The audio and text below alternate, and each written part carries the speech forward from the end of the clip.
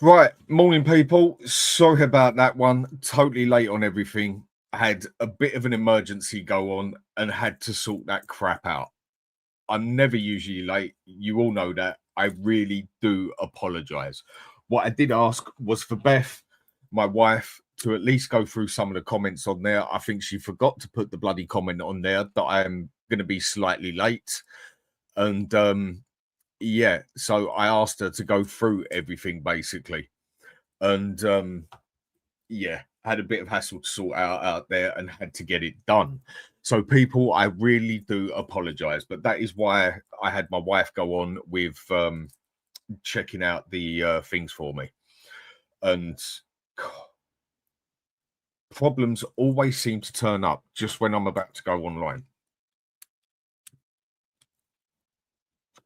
They always do, without fail.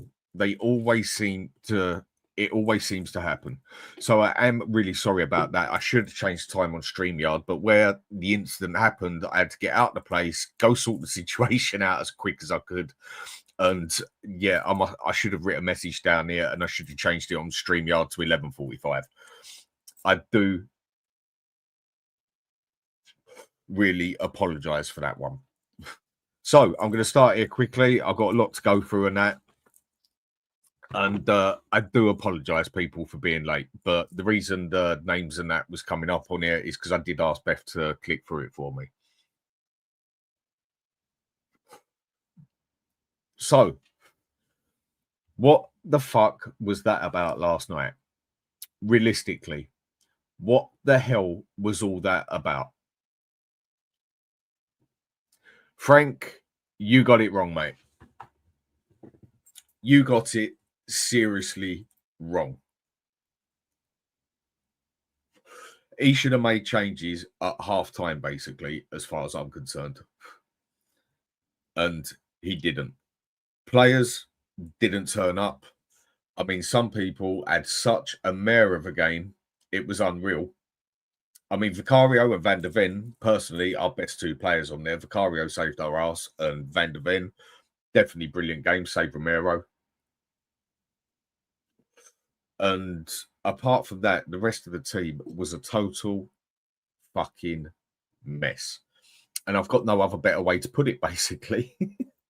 So, again, I do apologize, people, for being so late. Like I said, I either always get a phone call or do you know what? What I'm even going to do here. There we go. Turn that bloody volume off. And if I do get a phone call, even if it's off the person I've just gone out and helped, they can wait. So, where do we go with that? Where do we go? I've got a lot to go through this morning, and that much of it, thinking of it that much last night, I even read a bloody book on it so I can make sure I at least get to my points, because I know what I'm going to be talking about, getting to a point and everything. It's also going to be that I'm going to get to other points and forget the bloody point I'm going to. That is how bad we were yesterday, 110%. So again, I do apologize to everyone. I should have put that on StreamYard quickly, changed it to 11:45 or 12 o'clock, but I had to rush out and sort something out. But I did ask Beth to just bring up the people's comments. But then I suppose that might have looked a bit strange as well at the end of the day, like I'm sitting there doing it myself. Either way, here we go, people. I hope everyone is having a good day. So I'm going to go through people. I'm sure Beth's already gone through them, but I'm going to go through everyone and say hello, and then I'm just going to get to the points. Because that was not acceptable off the players. That was not acceptable off of Frank in any means or manner, in any way, in any possible. Each and every one of them has to take some sort of responsibility for that one. No two ways about it, in every which way possible. That there was no condoning that. So, going to go through a few people on here, and I can see a few people are waiting. So much appreciated. I'm usually never ever late. Some people say it's to do with certain issues. I can't stand it when people are late. If I say I'm going to meet you at 10 o'clock, I'm usually the one that's there by 9:30 because I cannot stand being late. But I do apologise again, people. All right, Tony, how we doing, mate? Hope everything's good for you. Morning, Dan. Guest and chat. Morning to you too, fella. Archie, big up, Dan. Congrats on your 5K. Much appreciated, mate. Been really pushing to get to that and trying to be a bit more consistent with things.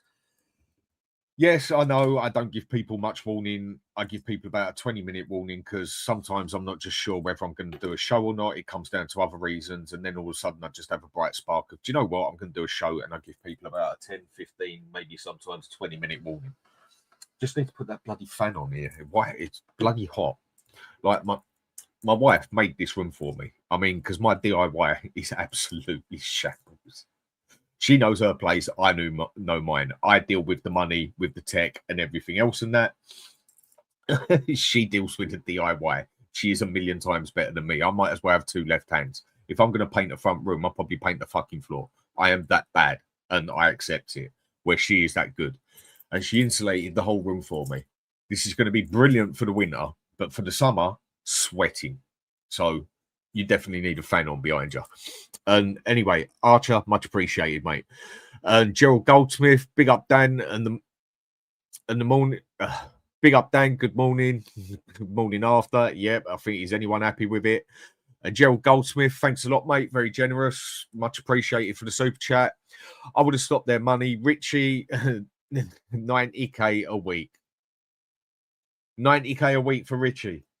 That was disgusting. I totally agree with you.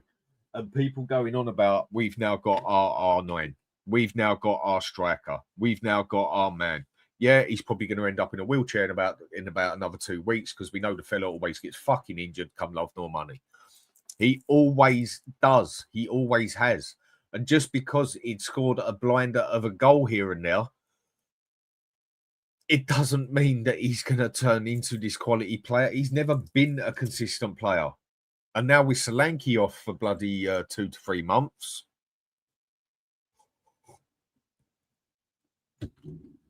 Oh, that's a nice cup of coffee my wife made me. I needed that for when I come back in. Because do you know what? I got up, sorted this out. I only had half a chance to finish off at half my coffee. Got the phone call, went and sorted it out, come back. Already had a great coffee sitting there for me. Thank you very much, Beth. My wife, love you lots. You're great. Right, so George, what you saying here, mate? Morning, Dan and chat. Outnumbered in midfield, totally. Even they played a 4-2-3-1.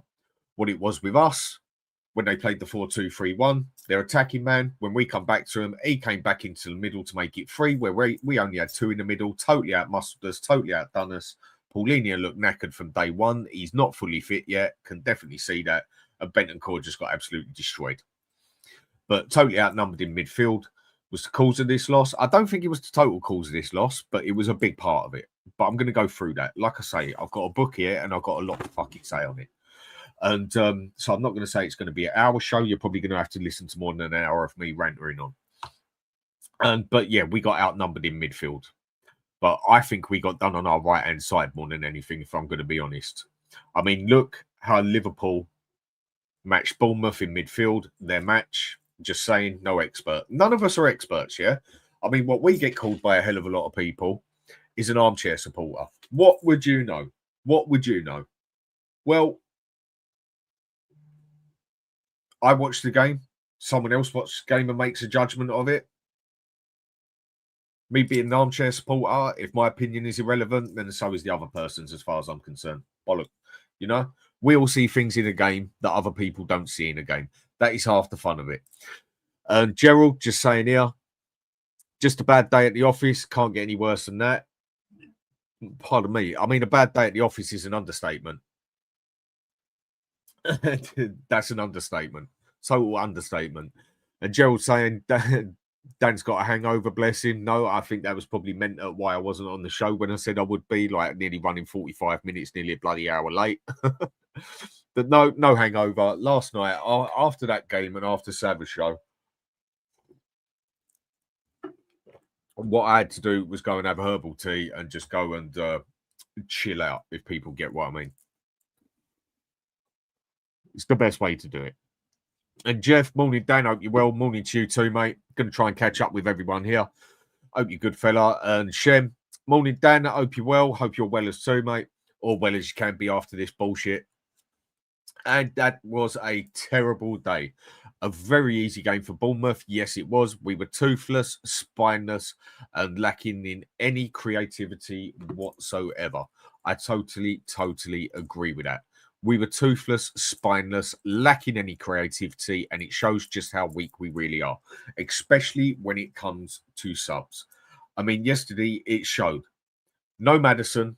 I'm not going to go for Simmons yet, but no Maddison, no ideas, no creativity, absolutely nothing. Absolutely nothing. Do you know what? Since I'm just talking with myself today, do you know what? Why the fuck have I got my AirPods on? I suppose you can just call that one a habit. And sorry, and Gerald saying Sav's fault. He's taking them all on holiday. I wish Savage should be on his plane by now. He was on at 7 o'clock this morning. So Savage should be on his plane going away to Turkey. Sava, mate, have a great holiday. You deserve it. But it was your fault we lost the game. I'm sure we can blame you for something. And Sue Smith saying it's Spurs, it's what we do, result, performance, no surprise to me, to be honest. No, I can't necessarily agree with it. It was Spurs, I know that, but I don't think any of us was quite expecting that bullshit, was we? I don't think anybody was. I don't think we expected that. I think nearly everybody said we should be getting a win out of this. And yeah, but I did not expect that. I thought we would at least get a bloody 2-0 out of it. So, I mean, come on. Surely you thought we'd win that as well. But anyway, I'm speaking to you a lot lately on the chat and everything. I hope you're well and I hope everything's getting better for you. Jason H. Brentford did the double over Bournemouth last season. How could he have got it so badly wrong? Something doesn't add up. What happened here was basically Bournemouth knew exactly what to do against us. And that was totally take out our right-hand side, totally double up on Kudus, totally go for Porro. Porro got destroyed by Samuel. I mean, absolutely destroyed. I'm not even going to use the words I want to use here, but he got absolutely, what's the phrase they use? Cooked, I think is the nicest way you could put it. Brentford, total different team, total different style. No, I blocked it for a bloody reason. Stop it with the bloody messages. And yeah, take out our right hand side. You've took out all the attack we've got. And they did the thing that really got to me about yesterday, which I think yesterday pissed me off more than Ange last season, was the fact that I expect better off of Frank. I know it's only the third game, but he's already shown that he can adapt, that he can change, that he can do his thing, basically. And yesterday he didn't. By half-time, Johnson should have been off that pitch. By half-time, he should have seen, like everybody else, that Porro was getting absolutely destroyed out there. And if you were going to keep him on, he needed backup. Look, when are a few people going to actually get the picture? Porro is a shit defender. Blunt and blatant. He's not a right back. A right back is a defender. Yes, you can play push forward with a right back.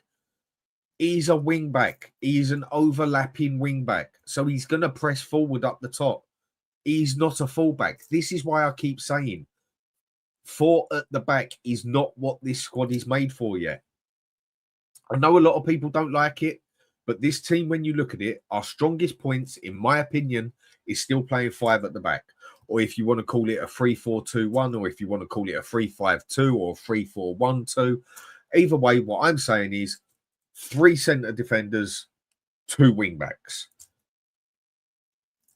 They left Spence alone, basically. They didn't even bother with him. Yeah, he had to cover a couple of things going down there and that, but they didn't even really bother with him. Why? Because they knew he'd be a bit of hassle on the defensive side. They knew Porro, the same way it was with Ange, would get opened up good and proper. And they did it. Took Kudus out, took Porro out, our main sides of attack, totally destroyed us, totally cooked us in midfield when they brought the third man back with two there. Frank got done yesterday. Yeah, I'm going to blame the players just as much here, but I'm going to blame the manager just as much here as well. Frank got out-coached yesterday. Outclassed, outcoached in every manner. They predicted it and they knew what we was going to do. And George, big up to you too, mate. 5K down about time and well done. Thank you, mate. Much appreciated. And I do want to say a big thank you to everyone who subscribes on here to get me up to 5K. Once I'm on to about 5K 20, let's say 5K 50, just to make sure, because I know it's only going to take a couple of people to come off and I'm back to 4,990 or whatever.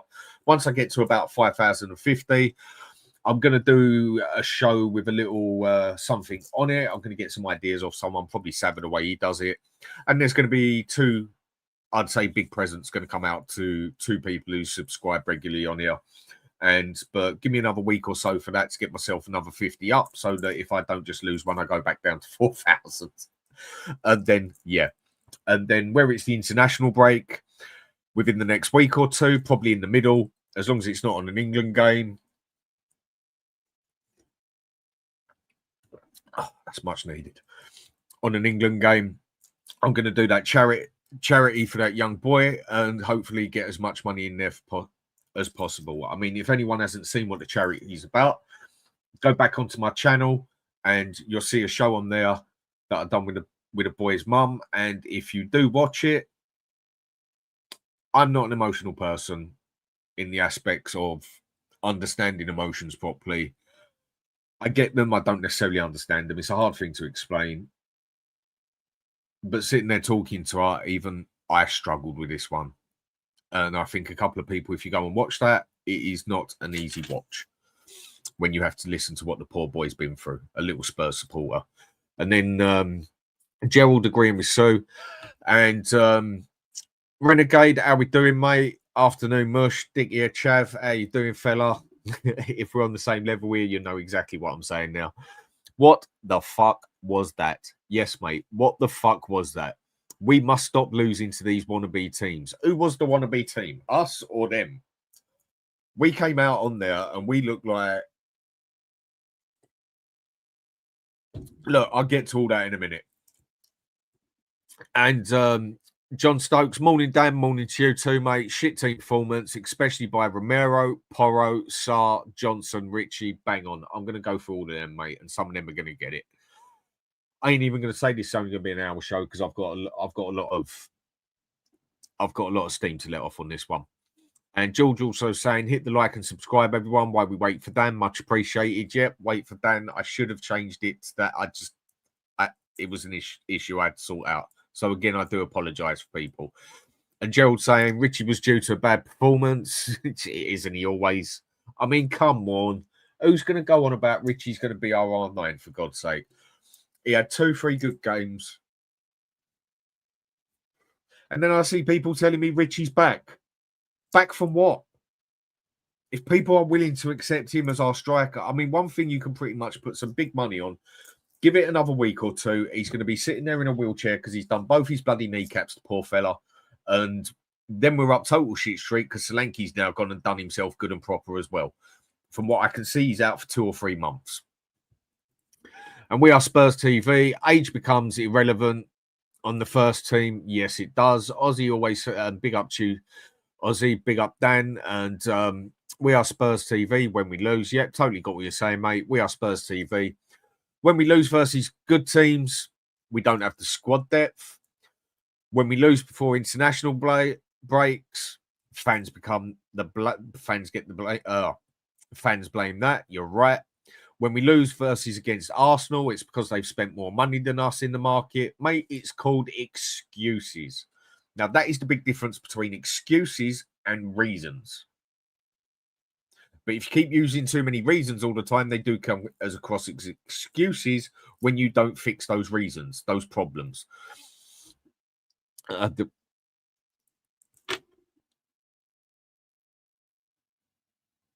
Exactly that, mate. And Sammy, big up Dan, big up to you too, mate. And we are Spurs TV also saying when we lose to Liverpool, it's because they're good. When we lose versus Crystal Palace, it's because their players came in the game overconfident. Yeah, mate, you're right on everything you've said. Gerald, we need at least 3 more players, but I can't see that happening. Well, the question is with Simmons, what are they going to do? Are they going to left wing him or are they going to put him as the 10? Because where I've checked up on him, and I'm sure a couple of others have on here, he played just as much on the left wing for Leipzig as he did as the playmaker or attacking midfield central, whatever you want to call him, and scored just as much goal assists on the left as he did the right. So we do really have an option here of we can either go for a left winger now to cover that left wing, which is blatantly obvious we need it, especially the way Kudas got absolutely fucking destroyed, where he just got outmarked, and get that number 10. Or we can go out there and get a number 10 and quite happily go and play Simmons on the left. He's got the capability of both. If you go and check his stuff up on Transfer Market, it showed he plays just as he played, what was it, about 16 on the left and 15 in the middle, if I remember correctly, give or take a number. And we are Spurs TV. So many excuses. Again, totally agree with you, mate. Gerald, but you never know. Open your checkbook, Levy. Yeah, he did. I mean, that deal we got for Simmons, can't bloody complain. But we need more. And we are Spurs saying, like, when we lose to mid-table teams, it's because the crowd was dead. Oh, you can always blame the crowd, can't you? And to Mark, morning, Mark. How you doing, mate? Hope you're good. And yeah, he's a bit late. I know that. I do apologise. And George, there was a man called Dan who can call himself a Spurs fan. YouTube is his thing, and he likes to keep everyone waiting. Mate, again, I do apologise. I am never, ever late for anything, usually. But I'm sure you've all heard what I said. I should have just... Yeah, I messed up there. I do apologise. And Gerald saying, and come on, you Spurs. And John Stokes saying, wakey, Dan. Yep, I know.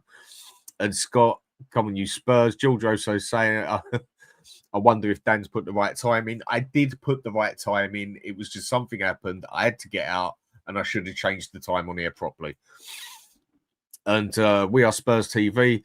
Gerald, I don't blame you. I'd need a drink if I was you, paying taxes towards a royal family. What does nothing and doesn't give a fuck about the people they represent. I suppose we could go another way on that one and talk about on a different type of show about all of that, mate. And I'll go exactly with what you just said on that one. I get the point you're getting at there, and I agree you. And also saying I didn't even mention... That wasn't the best way to put it, mate. That just was not the best way to put it at all. And Tarek, maybe you thought 12:45. Yeah, I've already explained it, mate. I do apologise in 11:45. Spurs Kings, did Basuma buy the channel? No. We are Spurs. Tarek, Spurs King, wore a trophy, laughing. Yeah. You are as late as Levy with signings. I know I'm going to get pure bollocking for this one. My bad. Pure Quiz TV, all good, buddy. Life comes first. Hope it's all good. Everything's fine. Realistically, maybe match fixing. I don't know. Hope you're all good, Dan. Hope you're good as well, Mark. And we are Spurs TV. Tell and Odeber and Richarlison shouldn't be on the team. Totally agree with that. And 7, oh my God, we were terrible. That was hurting my head to listen to that game. Mate, I had to watch the bloody game. And that was a fucking shambles. That was every bit as bad as Ange. He got cooked just like Ange did in exactly the same way. That was why I'm more frustrated about that game than any game I saw last season, even though there was a couple of worse games last season. I mean, with Frank's... Jeff, morning to you, mate. Big up to you. Well, after... Nope, still morning. Frank saying, we don't need a striker. Yeah, we do, mate. Even if Solanke isn't out for long, 2 to 3 months I've heard he's out for, mate. We still need another striker because of how injury-prone these two are. We definitely need a striker without a doubt, basically, yeah, because Richie is not our R9. He's not our man. He's not the one for it, basically. And if we are going to rely and say on a player like Richie, we're going to rely on as our striker, then we are up shit street. And with the lack of creativity, hopefully Simmons can give us that. That is what we're going to desperately need. And all love, morning. Pardon me. And mapping, Porro and Bentancur were the worst ones for me. There were a couple of terrible ones on there, mate, and I'm going to go through it. Like I said, I read a fucking book on it. I've got a lot to say on it today. And we are Spurs TV. Johnson is an Olympic sprinter who can barely kick a ball and doesn't make him a football player, mate. I agree. He's awful, but he does get those goals, whether they're tap-ins, whether they're whatever. He does get the goals. But apart from that, what does he do for us? Nothing. In that aspect, for the first time, we might as well have been playing with 10 people on the pitch, basically. He was... Why did he not get taken off at half-time? Again, I'm going to go into all this, so I'm going to catch up with as many as I can quickly on here. I'm well behind, and I do apologise again. Steve Dyer, morning, Dan. Hope you're good. Hope you're good too, mate. Ben Spurs, I don't understand how an intelligent coach like Frank didn't set the team up to double team Semenyo. Yes, exactly that. And he could have done that at half time as well. Everyone knew that was their main threat. I totally agree, mate. 100% agree with you on that one. And Finn saying, I have to wonder how many of these players had one eye up and coming on the international games because it was just baffling yesterday. We do seem to do it just before the international games, don't we? We do seem to have a very bad habit of doing that. It does seem to go that way quite a lot before the international games. But that's no excuse. That's no reason for me. And we are Spurs TV. The reason Johnson plays football is because he pays better than being a sprinter. Yeah, Jeff also saying absolutely shocking, toothless, 0 shots in the first half, 5 in the total. I mean, didn't we get a shot until about the 60th minute or something like that when they already had 17 shots? Mate, that was... they should have... I agree with you. They should have scored 4 or 5. Vicario saved our ass in that game big time. And the Boomverse, morning and big up, Dan. The Frank coach blew up. He got totally cooked, mate. And Ben, how we doing? How we doing, fella? Big up, Danny boy. Big up to you too. Tony, smash the likes and subscribe. Much appreciated, fella. And again, much appreciated for everyone subscribing, getting me up to 5K. 7, you'd served 5K here to the road. 10K, well done, Dan. Thank you very much, mate. Appreciated. We are Spurs TV. Didn't help the ref allowed Semiono to WWE slam players to the ground. I don't think the ref was that bad, mate.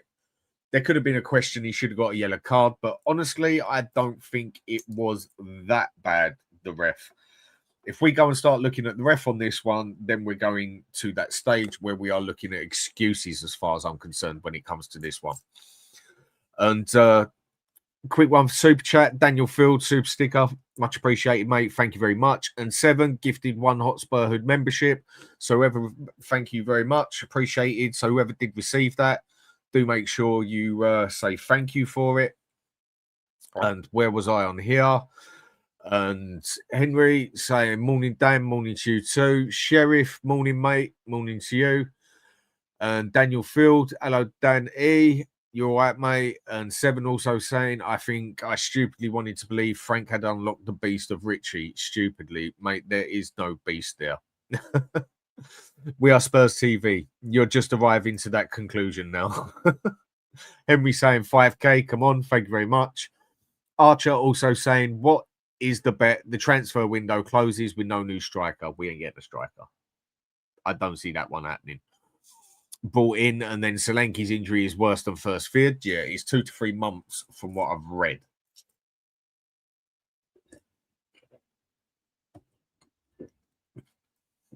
So, right, what I'm going to do basically is just say hello to a couple more, and then I'm going to get into my book. Like I say, this is not going to be an hour stream. Well, whenever I say it's going to be an hour stream, it never fucking is anyway, is it?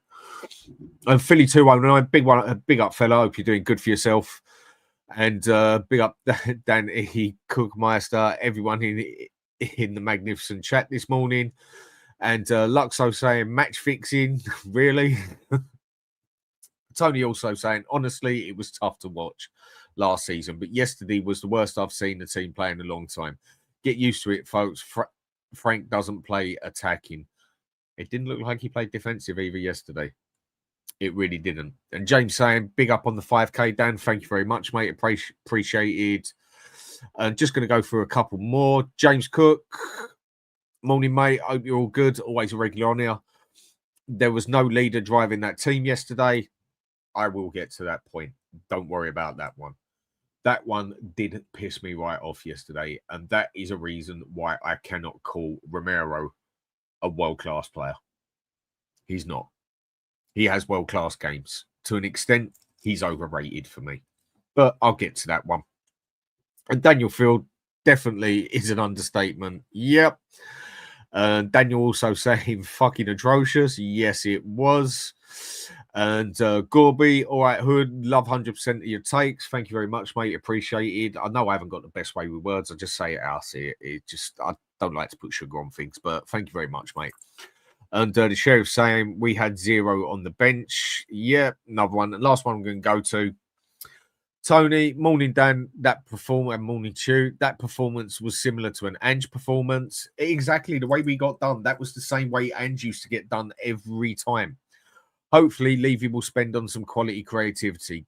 God knows we need it. Yes, we do. And that's what Simmons is there for. Right. Let's basically get to the point now. Classic Spurs. Classic Spursy situation. Classic bloody Spurs. We fucked up. The players looked like they didn't give a shit half the time. The manager, you could see he did give a shit. He was shouting on there. He looked pissed off. But by half time, he should have realised what was wrong. I could see it. I'm not a professional manager. I know a lot will disagree with me on this one, but it is only an opinion.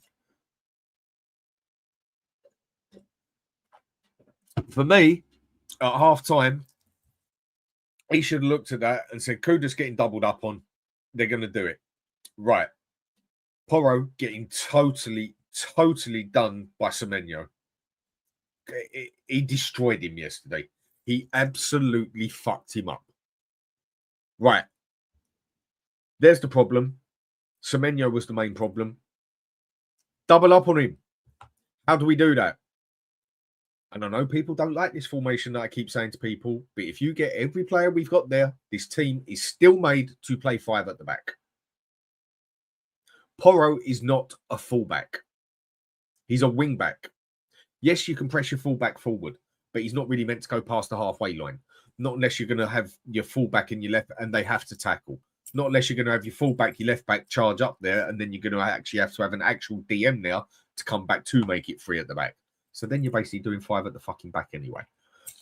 He's a wing back. He is an overlapping wing back. I mean, he cannot tackle come love nor money. He is a shit defender, but he is brilliant at going forward. I mean, people say he's improved. Yes, Porro has improved in his defending. He's now shit, not fucking shit. That's how I see that one. Okay, I know others are going to see it differently on that aspect, but you cannot play with 2 at the back like Ange did and expect your wing backs, fullbacks to charge up the pitch. I know Spence brought it back and kept it back on the defensive side. Why do you think they didn't focus on Spence? Why? Because Spence can defend. Porro can't. They knew our problems come down from that right-hand side. Take Kudus out that game. Focus on Porro. Ball after ball after ball to Semenyo, and he absolutely cooks Porro in every which way. So Frank, for me, should have said, right, half-time, we're going to a 5-3-2 or a 3-4-2, whatever you want to call it, because there's different ways you could go with it. We should have gone 5 at the back. Free central, he should have brought on Danzo. Get Johnson off the fucking pitch. He was absolute crap yesterday. Apart from when he scores a goal, he does absolutely nothing.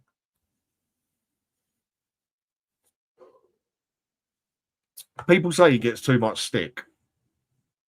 I don't think he does. He gets credit for the goals he scored. Whether they're tap-ins or goals are goals. But then he's got to get the stick, same as the manager, when it goes wrong. And with him, when he don't score a goal, he does fuck off. He does nothing. And people still big him up. Now, you know what? I wouldn't mind keeping him in the aspect of if we kept him as a bench player to bring him on for 20 minutes and we had to just play some stupid, just keep getting the ball up there across and hopefully he can tap it in. But as an overall player, he's awful. He's got to be the quickest, slowest player I've ever seen. He can't pass. He can't cross. He can't take his man on. He can't run with the ball. He's got no skill. He's a terrible player. I know we can grill everybody for it yesterday, but he should have been off at half-time. Now, if he would have gone with 3 at the back, 5 at the back, whatever you want to call it, I call it 5 at the back because it's 3 centre defenders, 2 wing backs who also press forward a bit. Right, every time Semenyo comes down, you can double up on him then. Porro can get to him. And then Romero would be the one for me who starts on the right-hand side of the back 3. Then he can come over and double up on him. Then you can put Van der Ven in the mid. Then you can put Danzo across and you can put Van der Ven across. Now we are doubling up on Semenyo. For me, it is as simple as that. Even if he then beats Porro further up the field, Romero can still come out and cover it. And even if he beats Romero, we've then still got 2 in the middle. And even Spence can come over and make it 3 in the middle. This team is made to play a 5-2-2-1, a 5-3-2, a 5-2-1-2. It is made for it. I've been saying it for a year and a half. And yesterday, I think it showed. I know people don't like it. There's certain games you don't have to play that way. You play more attacking. I get that. But when you're getting absolutely cooked like we was, you need to get some control. Midfield, they was basically playing for even though it was a 4-2-3-1, they was basically playing with 3 in midfield. Their attacking midfield centre, he just kept coming back into the middle. So it was 3-on-2 with Paulini and Bentancur. And then with that, he pressed forward when he needed to. It was really as simple as that. We got out-muscled in the middle and totally outdone on the flank. So does anyone actually disagree with me on here on saying he should have changed it? When we all know he can with what he's shown us. This is why I'm disappointed in him. I'm more pissed off. Ange would have got absolutely destroyed for this. I'm not going to treat Frank no different to Ange. Now, for me, to make a proper judgment on Frank, I give him the season. But I'm still going to judge him game by game. I'm not going to treat him any different to Ange. That's not fair. That's not right. I know life ain't fair. Dog eat dog world, like I say. But I'm only going to judge by the games that we play. And yesterday, Frank fucked up. Big time. Same as the players. So I will judge him exactly the same way I will judge Ange. He should have changed something on that on half-time. And like I said, Porro destroyed. Kudos out the game. Let me come to Romero. Now, do you know what? I'm going to scroll it down. So sorry I'm going to miss quite a few people here, but to do a bit of catch-up, I'm going to go on a few people here. And Joe, big up Dan. Hope you're well, mate. Big up to you too, fella. Philly 2109. And I thought I was told the pigeon was the reborn Cookmeister and has been injured for the last 3 years and scoring against certain relegation fodder like Burnley. And Barjanguna, what, cherry? You say I'm cherry picking? That's how I take that one. Maybe I've took it wrong, but I don't think I am. I'm just saying the points, but if that's what you're trying to get at. And Lynn also saying Simmons is a very good player, but he has been playing with better players around him. When Simmons played on the left, I can see him being taken out like Saka, because of his physicality or lack of it. Possible. That's the question. Are we going to play him a left or are we going to play him a right? That might have something to do with the transfer we make. And Tony, this is what happens when you keep changing formations. No, I disagree. Certain games you got to play. You got to change little tweaks in your team. Yeah, but certain other games you do have to come up with a different formation. When you can see your formation is not working, for me, you need to change that formation. Like I said, we should have gone with 5 at the back, in my opinion, so we could double up on Semenyo. And I think we would have got more out of it, because then we would have had more muscle in the centre and the mid with 3 there, and we'd have been able to double up on him. That's just how I see that one, mate. But others might see otherwise. Each their own. And Super Cute Cutie, like your name now. Yesterday, our midfield was outnumbered. Exactly. Johnson is useless, as we are 10 most of the time. Totally agree with you, mate. And Yo-Yo Kudus is good, but it's not top scorer. He's looking down. Yeah, Elvis, we need Paqueta or Lookman. Simple as that. We need Lookman because Paqueta has now gone to Aston Villa. I don't know what the actual price is that he's gone to Aston Villa. I don't know what his actual price is at Aston Villa, but if someone could check up on that, it'd be appreciated. But yeah, he's gone to Aston Villa. So does that mean they're going to get rid of Morgan Rogers? I'll come to that bit a bit later. And Mark Cookie also saying, Phil, Richie, Solanke, just not good enough. No, it isn't. And Daniel Field, we got cherry picked. If that's what the fella meant, I totally got what he meant now. I thought he meant that I was cherry picking at it, but yeah, totally get it now. My bad. Elvis, our left side is shit. It definitely ain't up to it at the minute, and should have kept it to a 3. Tony, yeah. And with that, just going on about Tony, how is it Richie's fault? Richie had a terrible game yesterday. I mean, come on, be serious, Tony. Richie was absolutely diabolical. He could not hold that ball up for shit. He couldn't take his man on for shit. And even when he went down to try and get a foul, he couldn't even do that properly. It's not just him I'm grilling for it. Everyone deserves a bollocking for this in every which way, including the manager. But Richie is not a good player. He may score a quality goal here and there, but come on, people.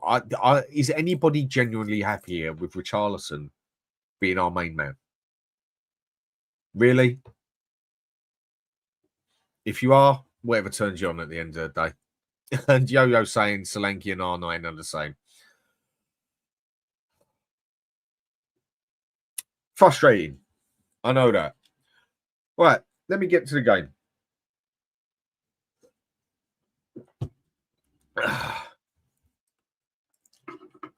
And with that, okay, you know what?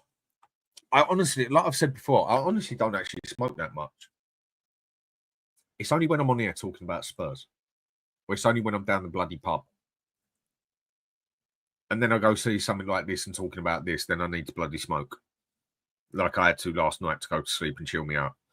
And have a nice herbal tea. Chill out. Not have a drink. And, right. So in that aspect, I think we can feel, let's go to the game here. What actually happened? What actually went totally wrong in every which way? I mean, it couldn't have been more of a mess if it tried, really, could it? If I'm going to be totally honest about it. Couldn't have been more of a mess if it fucking tried. I mean, it was just, like I said earlier, it was a classic Spurs like the past 2 years. We started out, I mean, the way we started out, you'd think they'd been on a piss up the night before. They just came out half-hearted, basically, and Bournemouth went through it straight away. They wanted it. They chased everything. What did we chase? Nothing. And then they banged that early goal in against us. You would think That would be our wake-up call. No. We just stood about and not fuck all, basically. When we did get the fucking ball, no quick moving. It almost went back to an Ange way of sideways, backwards. And then we just let Bournemouth grow into the game even more. We just let them into that game even more. Even though we had more possession, and this is where I keep saying to people, possession, it don't mean fuck all. It can help, especially when you're trying to keep you've got a 1-goal lead. Yeah, possession can help a lot. But when you're not putting it in the back of the net and you're trying to catch up and you're not doing nothing with a fucking ball, what does it matter? I mean, defensively, what a mess. Porro, totally cooked. Romero, he is overrated. I've said it again. I know there's people who disagree with me and everyone is entitled to their opinion. Everybody. But do not please tell me that that man is world class. He ain't world class. A world class player doesn't just have world class games. They turn up consistently. At least 8 out of 10 games. They'll all have dodgy games. We know that, yeah. He only ever seems to turn up for the big games when he feels it's big enough for him. And in the smaller games as such, or what you would call a smaller game, even though every game is a big game, an important game, basically, when you're at the start and fighting to get up the table.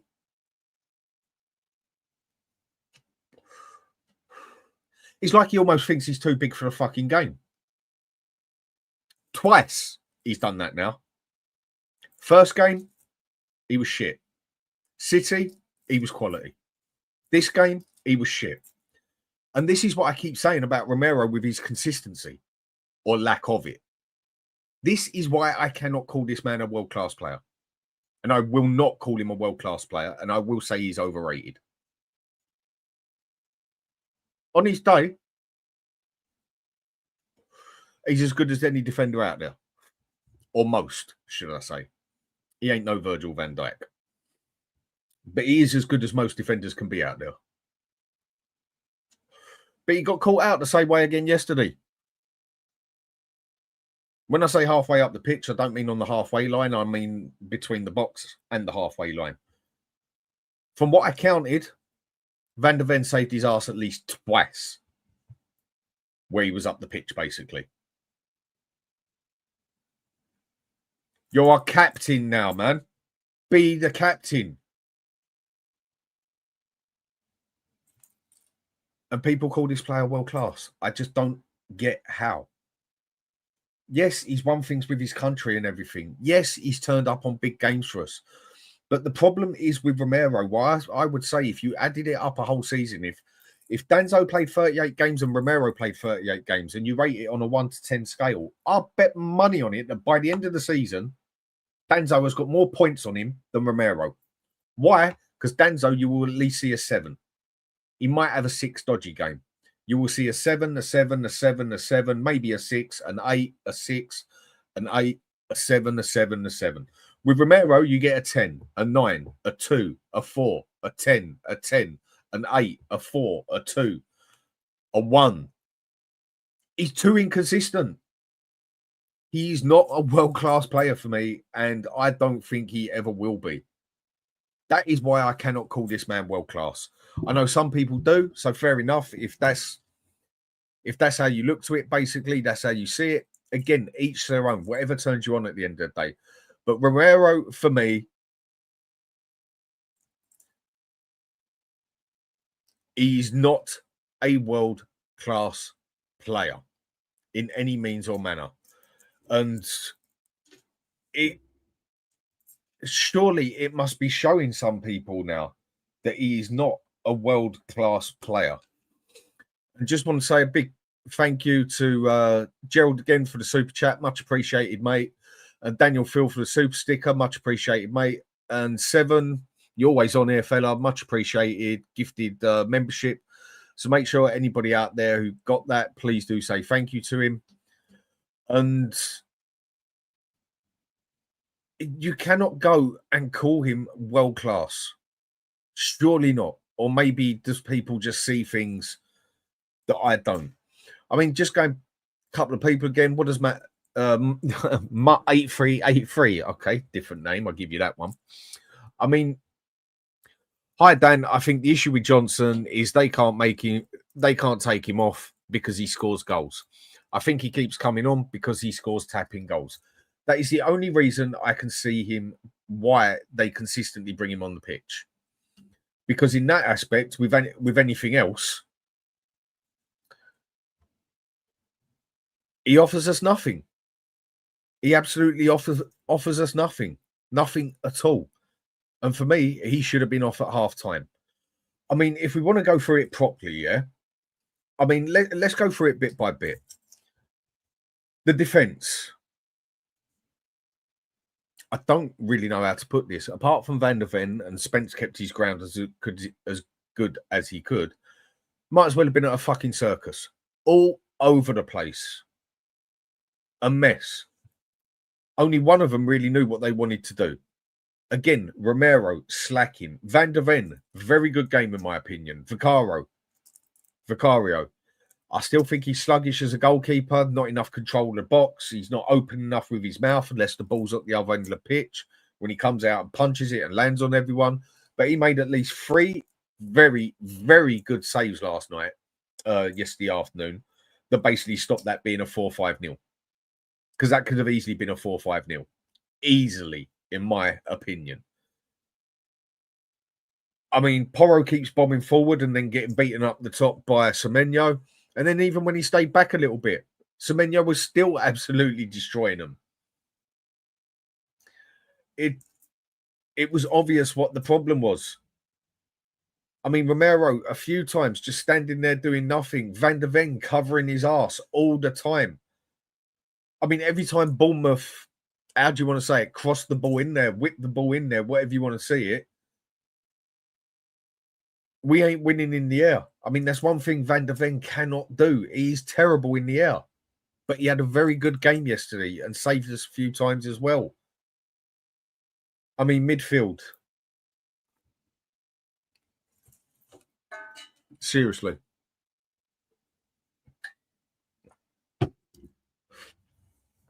Don't even get me started on that one. I mean, Paulinho is what we've been asking for a while. But my man don't look fit at the moment. I mean, the problem is with both the midfielders we had, they was outnumbered and they're both slow. Bentancur, Paulinho ain't speed players. Paulinho is what we need. No two ways about it. But I don't think my man's fit properly. I don't think he is. I don't think he's fit properly. But they're meant to be. You win a game in midfield. You get the better in midfield.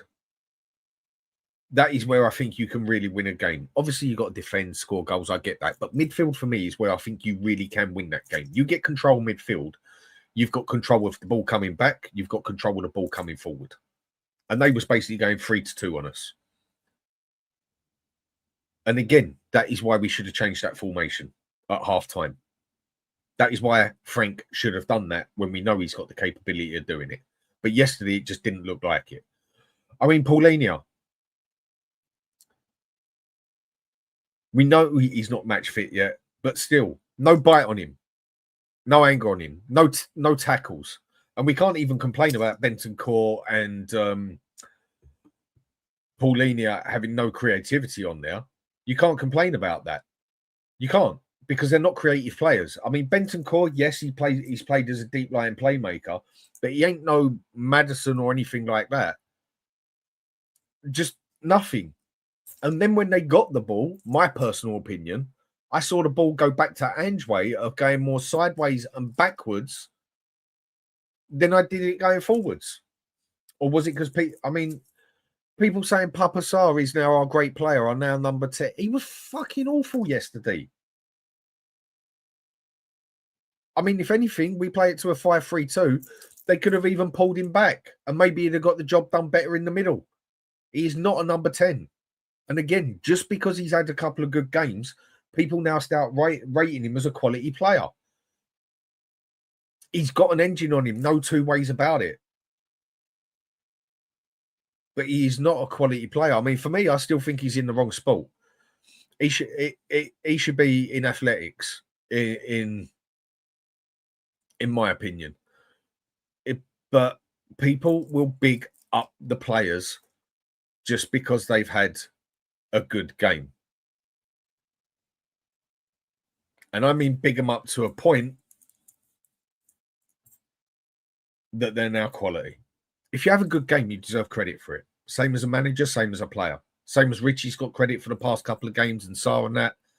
But if they want to give the quality, then people have also got to accept that you got to do it left and right. You got to do it up and down. It's got to go both ways. But people don't like to seem to hear it when a player or the manager gets slammed, gets grilled. But a lot of people like to hear it when they get the praise. Well, I'm sorry, it's got to work both ways. If you want to get the praise for playing well and the manager gets the praise for getting it right, then some people just got to accept that they're going to get slammed when they get it wrong. For me, that's just the way life works in that aspect. I mean, Ange, what are you saying here? I mean, it shows the power of positive mental attitude. Pardon me. Positive mental attitude. Because I know most people said they thought we'd win. I thought we would win that 2-0 personally, like most people, especially after the games we'd just played.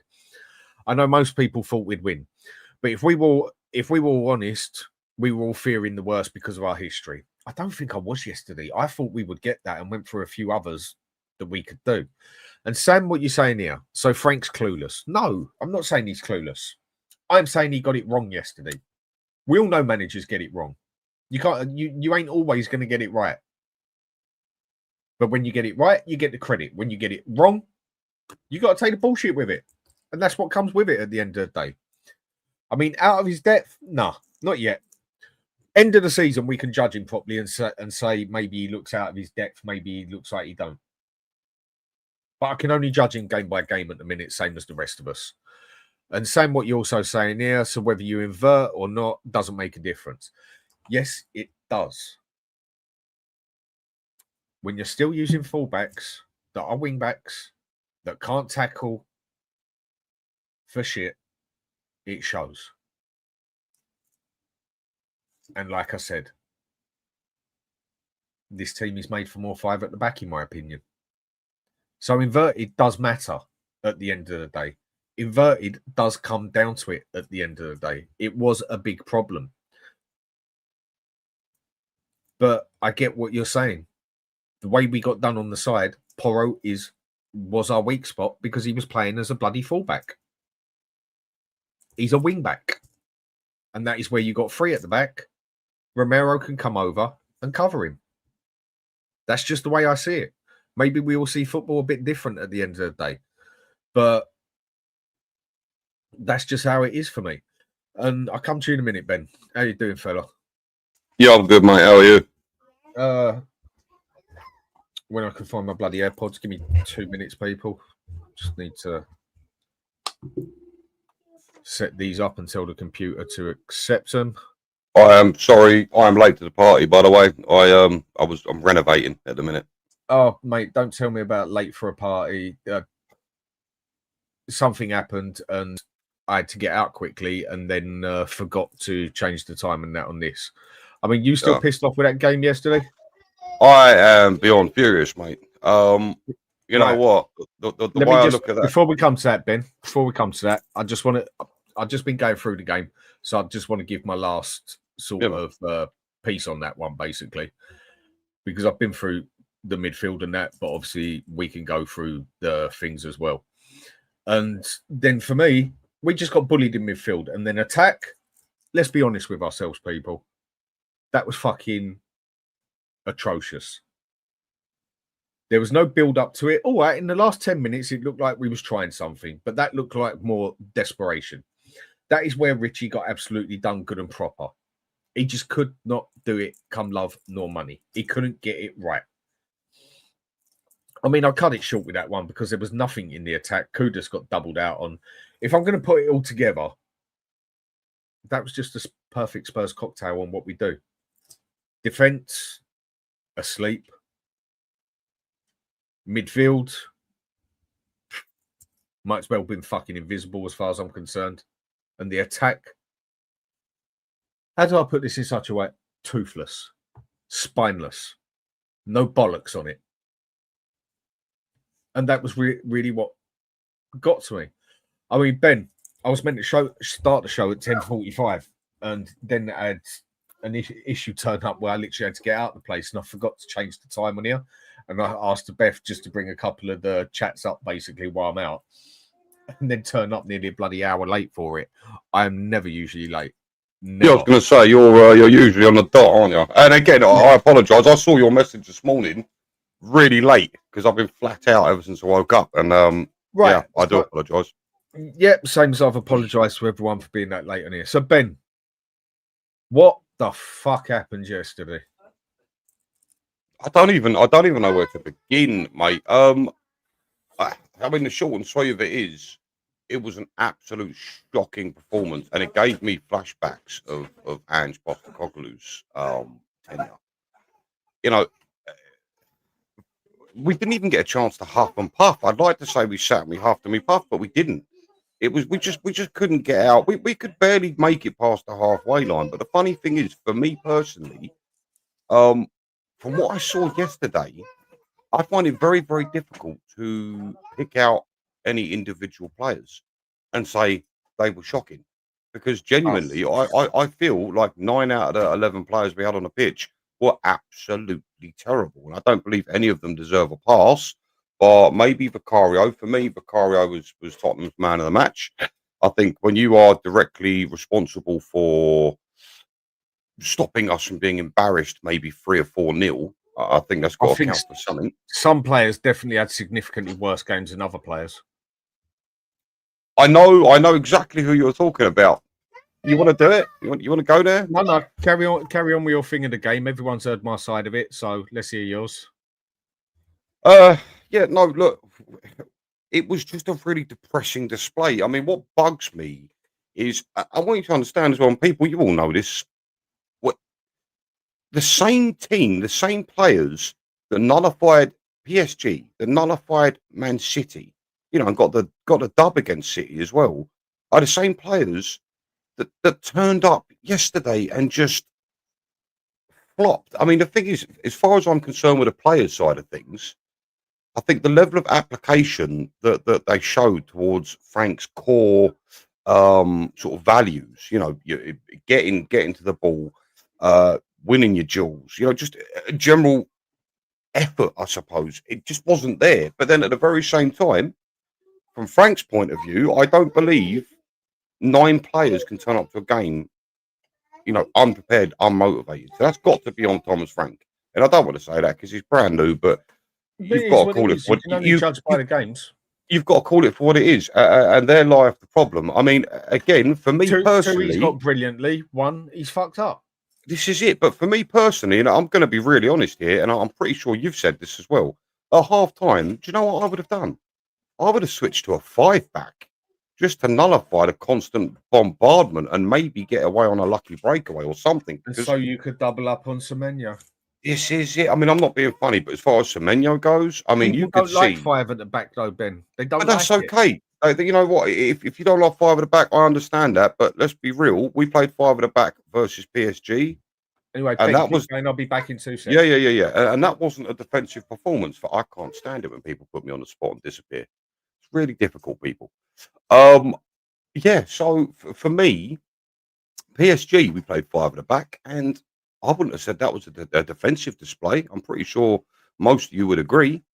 But as far as Semenyo goes, you could see. I mean, look, I know Dan is not here, so Dan doesn't like Porro for his defensive ability. I personally think he's improved quite heavily. He's not amazing, but he's gotten to a point where I feel like he's an acceptable defender. And we all know his strength is going forward. Either way, the matchup against Semenyo. Now, what have you got here? You've got a 6'2" fella who's built like a brick shit house, and he just steamrolls. And I think when you've got little Pedro Porro dealing with that, I just think it's a horror match. So Ben, for me, yeah. Let me stop you there. I mean, You heard that, did you? Oh yes, I did. Damn it. Porro is not an acceptable defender. He's shit. The only way he's improved, he's gone from fucking shit to shit. He's not a right back. He's not a defensive player. He's a wing back. I agree. He's an overlapping wing back. He is not an acceptable defender. I mean, if you want to argue that one, go for it. I actually terrible at defending. No, look, I agree with you wholeheartedly. I do, genuinely. But I do feel in his defence, he has gotten better defensively. Again, not to the point where I think he's amazing at it, because he was brought in to be a wing back. That's what he was brought in to be.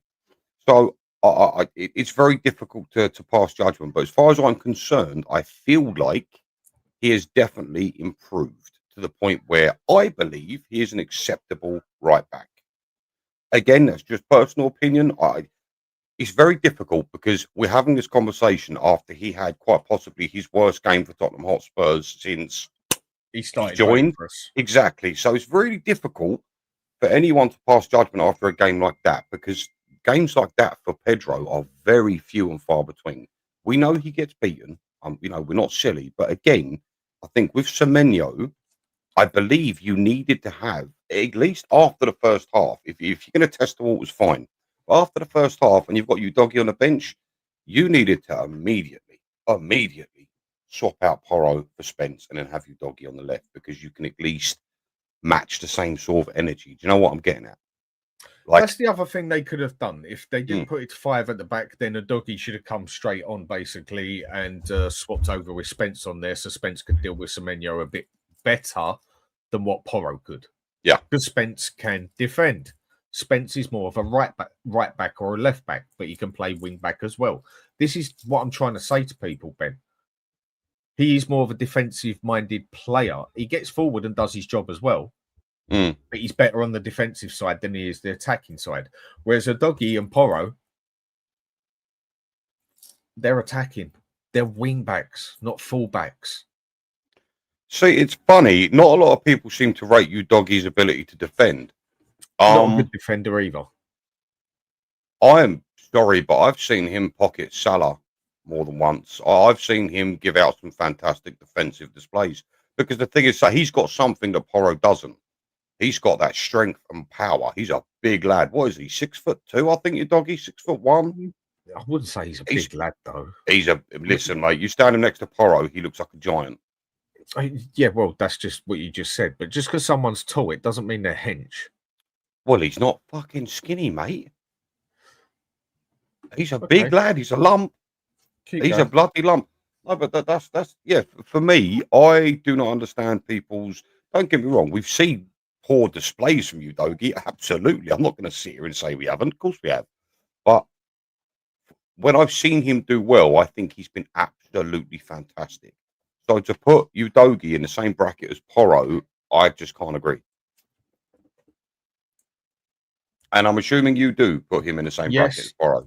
No, I think he's better at defending than Porro, but he's not a good defender. Again, when he played at Udinese, he wasn't there to defend. He was put in a wing-back position to go forward, basically. Yeah, fair enough. I mean, it's definitely his strength. I just feel like his ability to defend is very, very good. I genuinely do. I think he could be coached to be quite comfortable at left back. Whereas with Porro just doesn't. I look at Porro and I just think you don't have the build to be an out and out right back.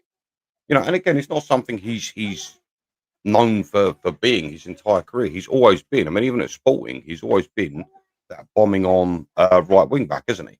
So I just, for me, I can understand what you're saying about Porro. I think you have to be fair and concede that displays like that are very, very few and far between these days with Porro. And I feel like people might be a bit emotional because of what we've just seen when it comes to him. Do you think people are going over the top then? with how pissed off they were off of yesterday. Oh, it's difficult because I'm one of them people. No. Do you know what? I think it's actually valid. Not to the point where you get some people going frank out. Give me a break. Please give me a break. But there has already been some. Yeah, I know. It blows my mind. Again, do you know what? No manager on planet Earth, and nor has there ever been, is perfect. You know, it's like Frank said, we're always going to lose games, which is absolutely fine. I just think the painful thing is, you know, from the Super Cup to the game yesterday, we had done so well, and we've not faced poor teams. We've had two of the best teams on the planet, and we have dealt with them beautifully. So to show up against a team like Bournemouth in that manner, do you know what it screamed to me yesterday? That Bournemouth wanted it more. And if the level of application isn't there every single game, then we've got a serious problem. Now, guys, I'm going to say this, and chat, don't roast me too much. When you want to win a league, right? When you are aspiring to win the Premier League, you have to turn up in games like this and assert your dominance. Now, Tottenham have done that in the past. We did it under Pochettino. You know, these smaller teams, and I'd consider Bournemouth a smaller team. I'd like to think we all do. You know, you've got to turn up and you've got to stamp your authority. You know, if you ever hope to maybe one day win that trophy, win that title, but you can't turn up to games and not at least match the same fight and desire. That has to be there, game in, game out. I don't care if you're playing Real Madrid or bloody Sunderland. The same level of application has to be there, and that's all I got to say about that. You've got to want the game, haven't you? Absolutely.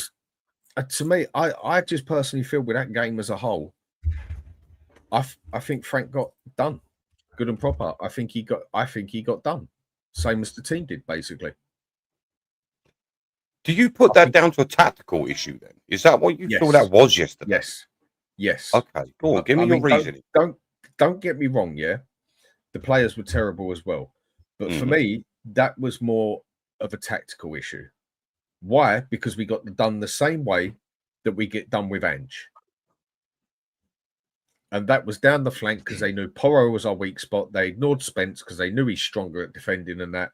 And they doubled up on Kudus, like everyone keeps saying that they would do, basically, like that people would do. We got done in exactly the same way, basically, down our right-hand side, because everyone knows Porro can't defend for shit. If he could defend, why would they focus on him more than Spence? Would it be silly if I just said they just picked a target? Yes. To be okay, all right, fair enough. I won't say that then. Look, okay. They picked the target. They picked the target because they knew it was the weak spot. Or is it that their best attacker is Semenyo, and that was just the line of? He plays on the other side as well. They put him there for a reason, and that was to take Porro apart. But this is what I was saying a minute ago. It is a genuinely poor matchup when you've got a man mountain of a player, someone who is a pace abusing whore, you know, and wrong. You're gonna put him up against Porro. So, and there aren't too many wingers. Right. So with that, you've got a Leao maybe. Then, at half time, for me, he should have gone to 5 at the back, 5-3-2, because we was getting done in the middle. Right, 3 players in the middle. Yeah. Put 5 at the back, 3 central, 2 wing backs that are pushed up a bit higher. So when Semenyo comes down on Porro, you can at least have then Romero come out to the right. So he's got 2 people on Porro, 2 people on Semenyo, and then you got Van der Ven and Danzo still in the middle. That's exactly what I would have done, because at least you're nullifying that gap, because that was the problem yesterday. That gap. And then when you get some control from the back and get some control in the midfield, then your central midfielder can then push up into a 10 position. Yeah, we'd have played 5-2-2-1 or whatever. Yeah, but if we would have got some control of that in midfield or at the back, that's how you double up on a man. The other way you double up on it with 4 at the back is your fullback goes for it. Your fullback's not meant to push us forward as a wing back, as far as I'm concerned. Romero covers him, Van der Ven comes across, and then Spence has to come across. but then that totally leaves you open on the other side. If someone comes down and he puts a long ball over. That's 5 fair. at the back, you could see where we was getting done. Do you know who I do also put a lot of the blame on, because it is his side? And prepare yourself for this one, because he's a new signing and I don't want to say anything nasty about him. What the fuck was Paulinho doing? Because that gap, I know it was mainly on Porro, but that gap that kept appearing to break through, I'm sorry, but if I'm Paulinho, I feel like that's one of the areas I need to protect. And I just feel like he wasn't, I feel like he was too high. I don't know if that's something Frank told him to do, but I mean, Frank ended up hauling him off towards the end. When did he end up coming off? 60 minutes? Towards the end. Minutes? He came off pretty early from what I saw. Oh, yeah, sorry. Because I think he was just fucked, basically. I don't think he's fully fit. And yet he had just as much of a terrible game as anyone.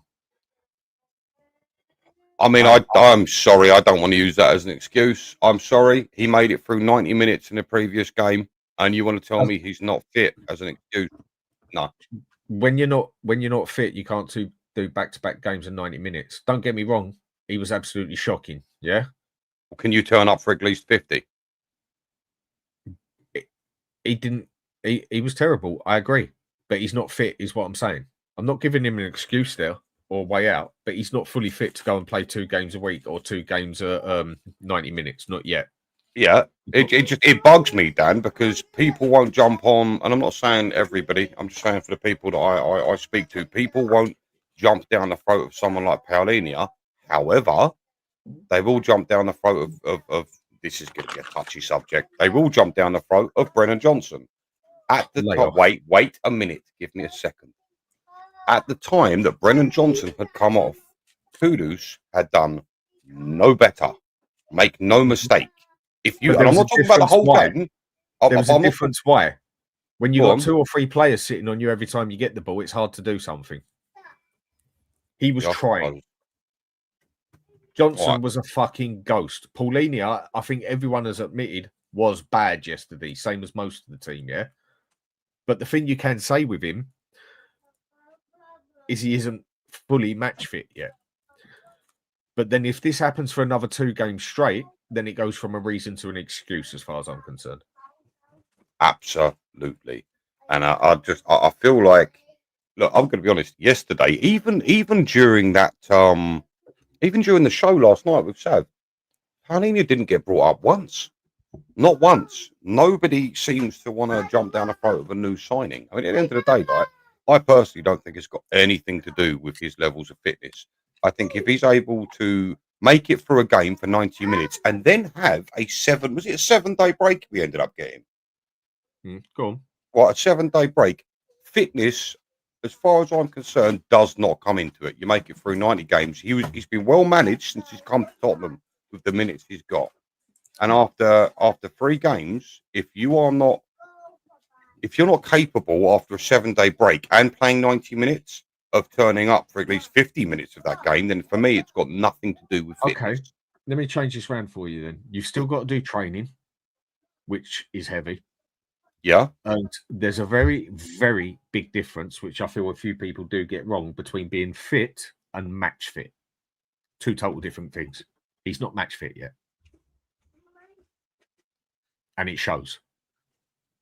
Well, it's funny because it different things. It didn't show against Manchester City. It didn't show against Manchester City.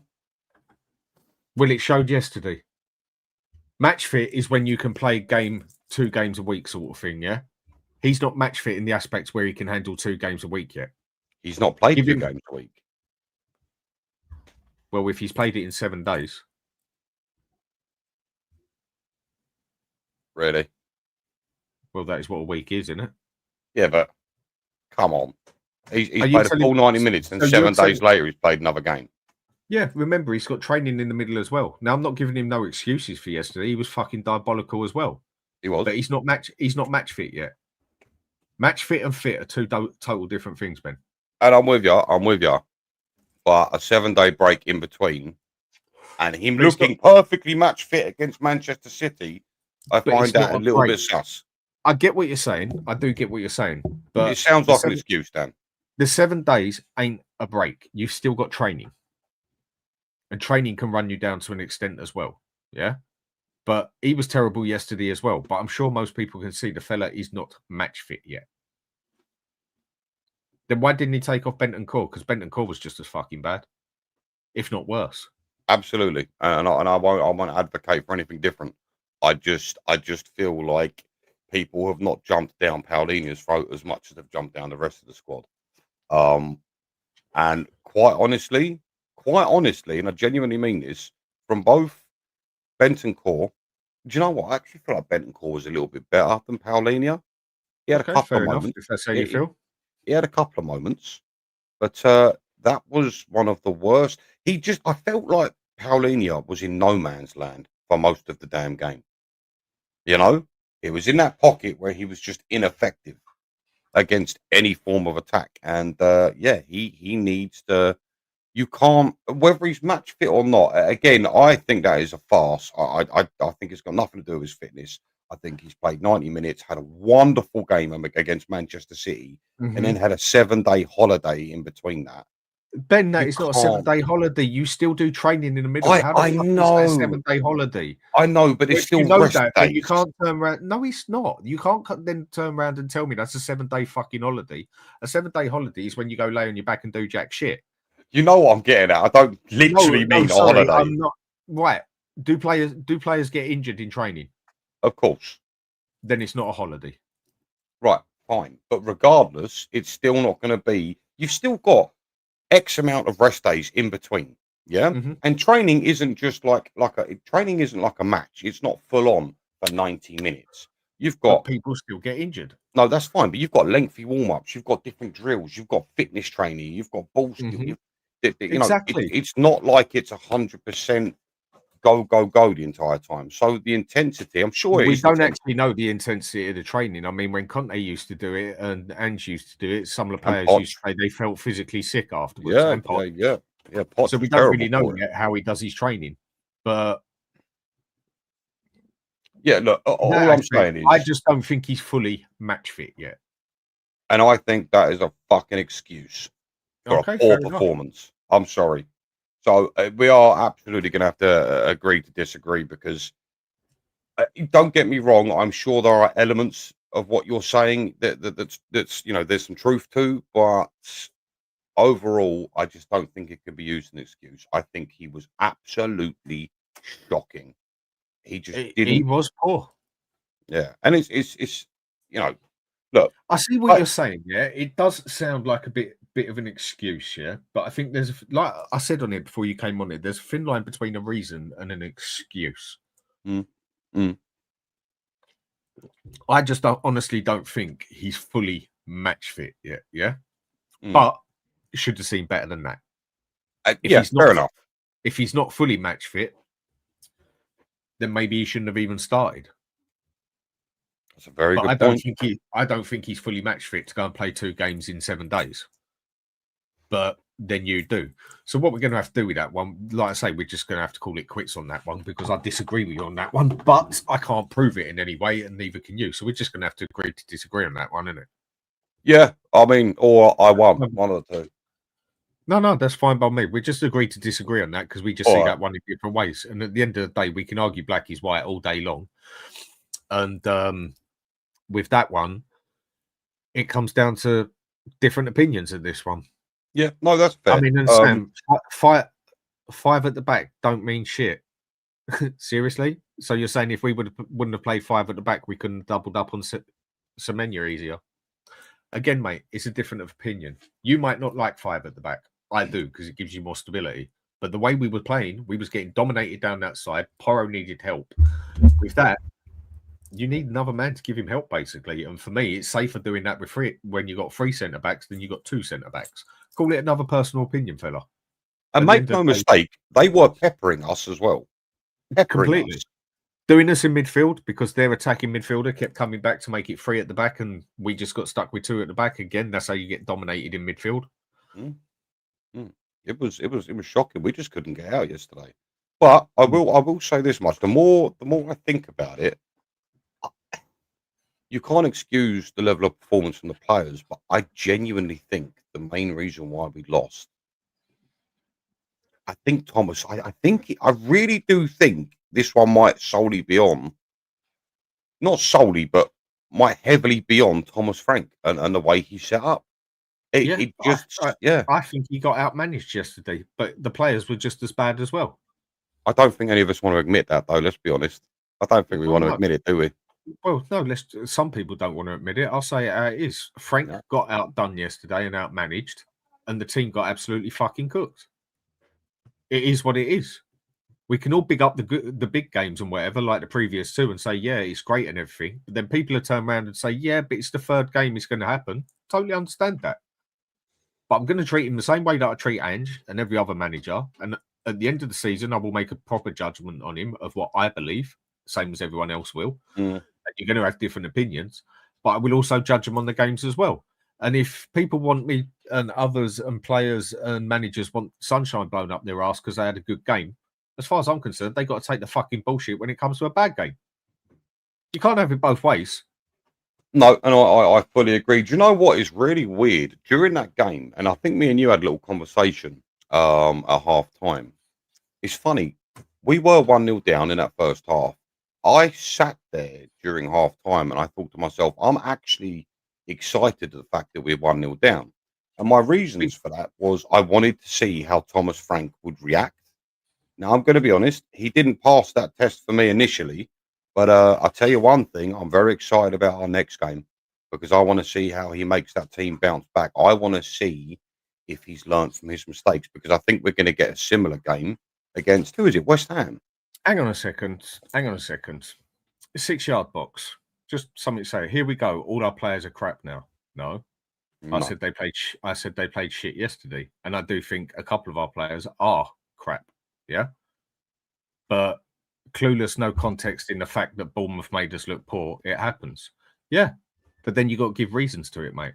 There's got to be reasons to it. Yeah. So I'm not saying here we go again and everything else. And then with the comment you put here, everyone is a coach. Well, look, are you a coach? Do you coach the Premier League? I very much doubt it. So if I'm just chatting bullshit and making excuses and this and that and everything else, and my opinion is irrelevant to it, then so is yours. And it's just a couple of blokes making an analysis. That's all it really is.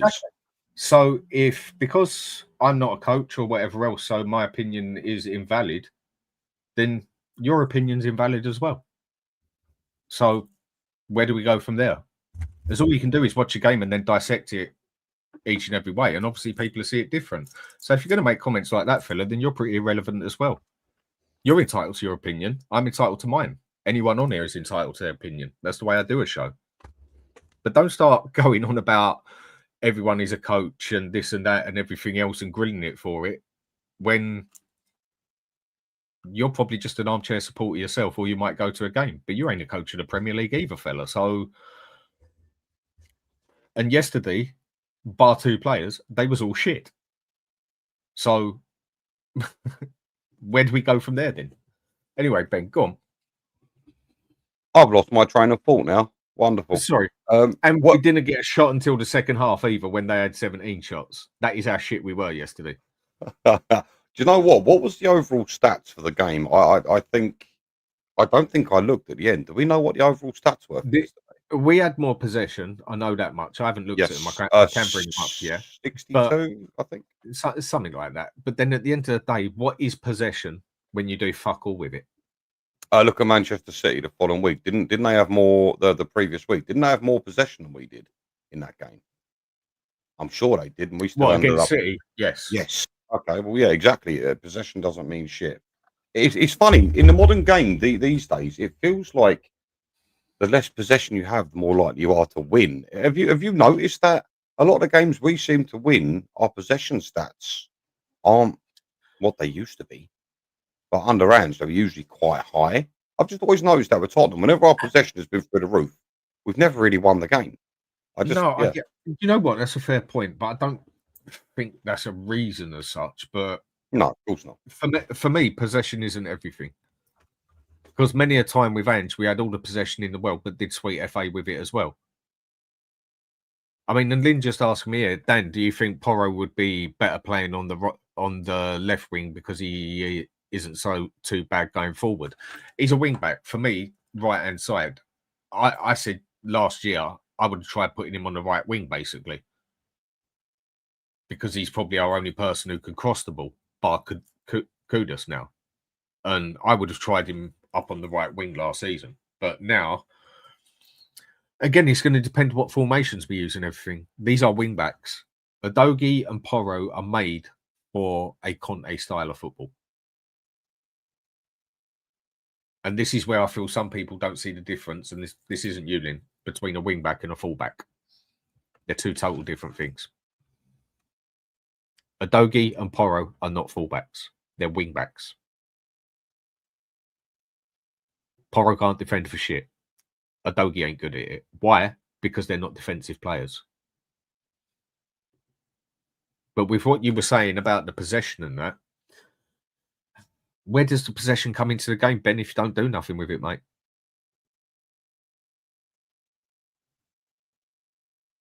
Sorry, say again? Where does the possession come into it if you don't do nothing with it? Look, absolutely, 100%. And I fully agree. But going back to Porro, I was going to say, I didn't mean to interrupt. I thought you'd finished saying what you were saying. Sorry.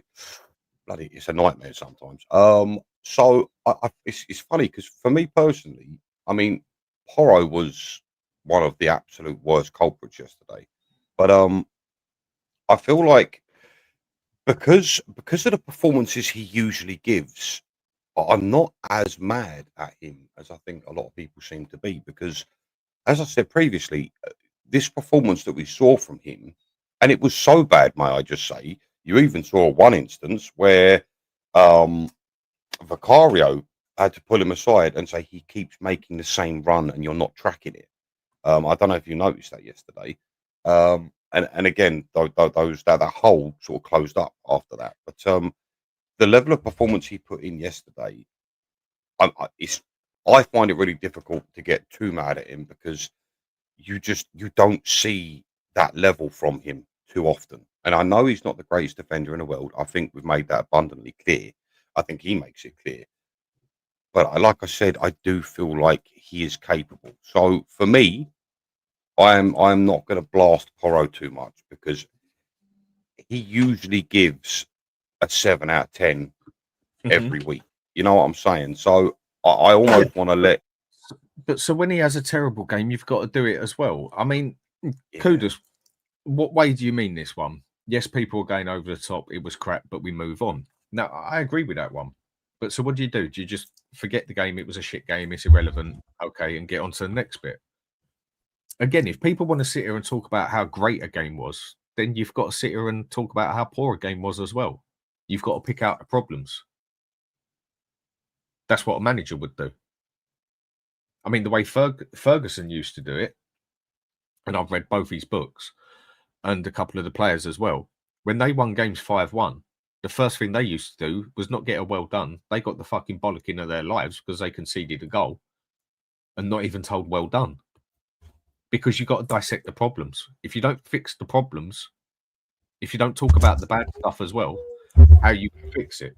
But if you're talking about people going over the top in saying Frank out, this and that and everything else, then I'm totally with you, mate. Because there's been people out there saying get Frank out. Madness. I'll tell you someone, Dan, who I would like to go in on. Romero. And I'm sure I caught before I came in, you were discussing him. I've already done it, but go on. Absolutely disgusting. And you know the funny thing is, right? And I genuinely mean this. Before the game started and I saw the team sheet, I thought, uh-oh. Romero's got a game against Venezuela for Argentina on the 5th. If we're going off Romero of old, we know he's not going to turn up and put too much effort in when he's got an international game coming up. We know how he feels about Argentina. So me personally, I probably would have started Danzo. I mean, you can make a meme of it, really, with the way he's a captain, though, isn't it? So that's going to have a say on it, which I don't think it should if you ain't playing well enough. But he did play brilliant against City. He did. And you know what? I hated that argument you and me had about Romero, because at the time I felt he really was just out and out world class. And again, I have conceded. You are absolutely right. His level of consistency is a joke. A joke. You know, the way he lost his man for the goal blew my mind. Like, to the point where I'm sat there scratching my head. And then again, he did it about 5 minutes later. If he doesn't sort his consistency out, then I don't know what to say. But he has to be one of the most frustrating players I've ever watched. How can you be on your day a world-class player, but decide when to it? But decide And this when is to switch why, it up. Ben, I tell you and others, Romero is one of the most overrated defenders there is. On his day, he is world class and as good as most out there. He's no Virgil van Dijk, but he is as good as any defender out there. But it's his consistency. And that is why I say he's even overrated. He'll give you a 10, a 9, a 2, a 3, a 4, a 5, a 10, a 5, and it just goes up and down, up and down, up and down. It's like he turns up for the massive games, but he don't want to turn up for the small games. He almost thinks he's too big for them ones. But Dano, I advocated for him as well. This is what fucking annoys me. I advocated. I said, no, don't worry, Dan. Those days are behind him. He signed a brand spanking new contract. He's committed, and now he is the captain of Tottenham Hotspurs. Why has he signed a new contract? You're going to say because no one wanted him. It's obvious. He even dropped the hints that he wanted to go. He did.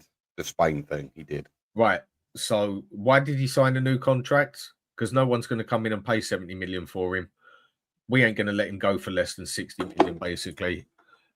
And he gets offered a new contract and says, do you know what? Fuck it. I'll get more money out of it. Then I'm going to have to stay here because no one put in a bid for him. So even if he wanted to go, he couldn't have gone nowhere anyway. So you get an offer of a new contract with an extra of a couple of grand on it. Of course you're going to take it. Do you really think that's what it was? 100%. I'd like to think it wasn't, but you're probably You'd right. like to think. Well, give me a different description on what you think happened then with him. Why he signed a new contract. You want me to give you another possibility? give me your reason why you think he signed a new contract and he's still here. Can I give you the reason I want it to be? Give you the reason whatever you want. Okay, so the only other reason I would really like to think is because he saw the project under Frank. He knows how much he's loved by the fans, and he is loved by the fans. And he thought, you know what? I'm happy here. We've just won a trophy. I think I'm going to commit to this club. I mean, he did say in his interview that, you know, he loves the club. I know that's just probably what he got told to say, but that's how I'd like to imagine it in my fairy tale little head, how it went. But in all honesty, you are probably realistically. Right. Oh, yeah. No, realistically, you're right. He made it quite clear that he wanted to go. Yeah, he made it quite clear. I mean, no, he didn't put in the transfer thing for it, and no, he didn't go to the. But it was obvious he was looking over his shoulder and he wanted out. And if Atletico Madrid would have come in and put the money in for him, he'd have been gone. Baked potato, see you later, mate. You're gone. He'd have been off. Yeah. Nobody put in a bid for him. Why? Because of the price that Spurs want for him. So he ain't going nowhere, even if he wants to. Even if he puts in a transfer request. If no one puts in a bid for him, he ain't going nowhere. So then what happened? He got given the captaincy, which was possibly part of the contract. And he's now, I don't know how much his wages have gone up or whatever, but he's now getting more wages. Maybe he's got a buyout clause on there now or whatever. I don't know. But because no one put in a bid for him is the only reason Romero is still here as far as I'm concerned. If Real Madrid, okay, wrong one. But if Atletico Madrid would have come in for him. No, Real Madrid were linked to him. Real Madrid were linked to him and have been over the last couple of years. Yeah, they've looked at him. Atletico Madrid were the serious ones, basically. And I think he would actually suit their system very well, yeah? But again, He is only here, not through his choice, but because he's got no fucking option. Because no one came in for him. How can you go anywhere if no one bids for you? I mean, I will just say, and I'm sure we've had this debate before on the money side of things with Romero. I think on paper, I feel like the price that we were asking for Romero was very fair. I was actually, if I'm honest with you, despite his consistency issues, I was a little bit surprised. 70 million was fair? What, you're telling me 70 million for a player that has been consistently injured over 2 seasons and only turns up what he wants to is a fair price that you're going to pay for a defender? How long has he been with Tottenham now? Is it 4 years?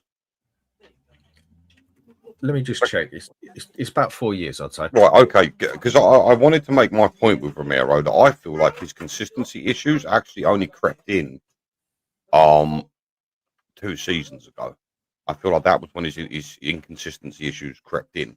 But when I say I feel like he could be worth that money quite comfortably, considering I mean, look, Larson from Wolves, people are throwing around £55 million worth of money. That's, I know he's a different position. I understand that. But if we're talking about quality and level of player, it's night and day. But I will say this, on paper, Romero is... This is his fifth season here, yeah? Okay. In his first season, Premier League, he played 22 games. Yeah, but he was good. In his second season, he played 27 games. That was his best season. His third season, he played 33 games. Mm-hmm.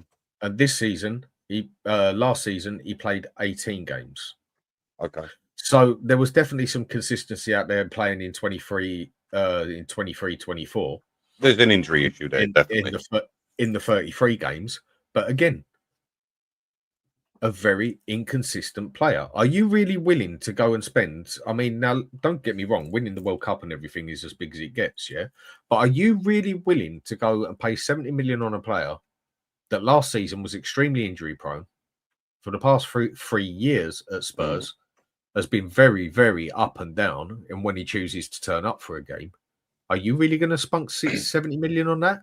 I think it depends on what you look at, because for me, he's won 3 of the 4 finals he's been in. So instantly that tells you the man is a winner. Yeah. You know, and he turns up for those games. So I think... Go on. But if you don't turn up for the other games, Ben... No, I know. I'm with you. I do understand How are you even meant to get to those winning games if you don't turn up for the easier games? It's very true, and I understand that. I just feel like on paper, remember I'm saying on paper, I feel like you could command that sort of money for it. How?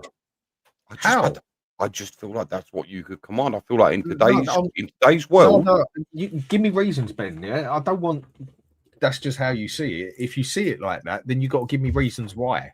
Come on, again, man. Okay, that's fine. Not so you think so. If I sit here and say I believe this, well, why do you believe it? Just because I do? Come on, give me some reasons. No, fine. Okay, well, look, again, my reasons are he has won, 3 out of 4 finals he's been in. So that indicates straight away the man is a winner. Yes. He turns up for the big games. I'll go with that one. I would also say 50% of the time that he plays, he is one of the best on the pitch. Because defensively, again, I know he's got consistency issues, but when he does turn up, he is god tier. Yeah. And the issue, he turns up for 50% of the games. I'd like to think so. Yeah, I'd say it's a bit less. So. I mean, like, it's very well known. Like, when it comes to an international break, he's always like injured and goes out there, or he's always has a very shit game. I just think what you can get out of him, I feel like he's worth 60, 70 million. If you can fix the consistency issues, you've got a world-class player on your hands. Am I? Right. Can you make me wrong saying that? If you can fix the consistency issues, yes, you have. Right. But are you willing to take that risk with 70 million with those consistency and his inconsistency, should I say, of the hope that you can change his consistency when there's many, many, many, many other defenders out there that I can go through, just bring up on the list here, yeah, who you will get consistency off? I can tell you one at Nottingham Forest who I'd take over Romero, and that's Milankovic. Why? Because he can basically, he's not a ball playing defender, he's a centre back, yeah. So 2 different types of players, but he's consistent game after game after game. And the other geezer who plays alongside him, what's his name? The Brazilian fella. Yeah. Man's I can't remember his name properly, but there are 2 consistent players. Saliba, consistent player. Virgil van Dijk, world class, consistent player. Now, if you was Romero, he's as inconsistent as they come. This is why I say he's overrated and not world class. And as a captain, he's got to be playing significantly better games consistently. I do want to say the 3 finals that he's won, he has been man of the match in each of those winning performances as well. And I know that alone is not enough. I understand that. But 3 games is not enough, whether they're finals or not, Ben. It is not enough. Right, we've played 3 games this season, yeah? 2 of them, he's been absolute shit. 1 of them, he's been very, very good.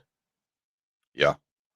So the percentages against him at the start of the season, even though it's only 3 games. And if we go through the games we played last season, then if you're going to spend 70 million on someone, you need consistency as well.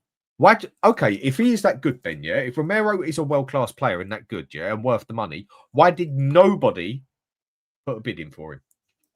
No, this is a very. I can't argue against that. I just find it strange that there were no takers at all. I think I'll just give you the reason why, because he's so fucking inconsistent. Yeah, but surely for the price of some players go that are far lesser than him, surely you're taking a punt on someone if you can just fix the inconsistency problem. 70 million is a punt. No, I mean, no, but the average price for a decent player these days is 60 million. 50, right? 60 million. 50, 60 million.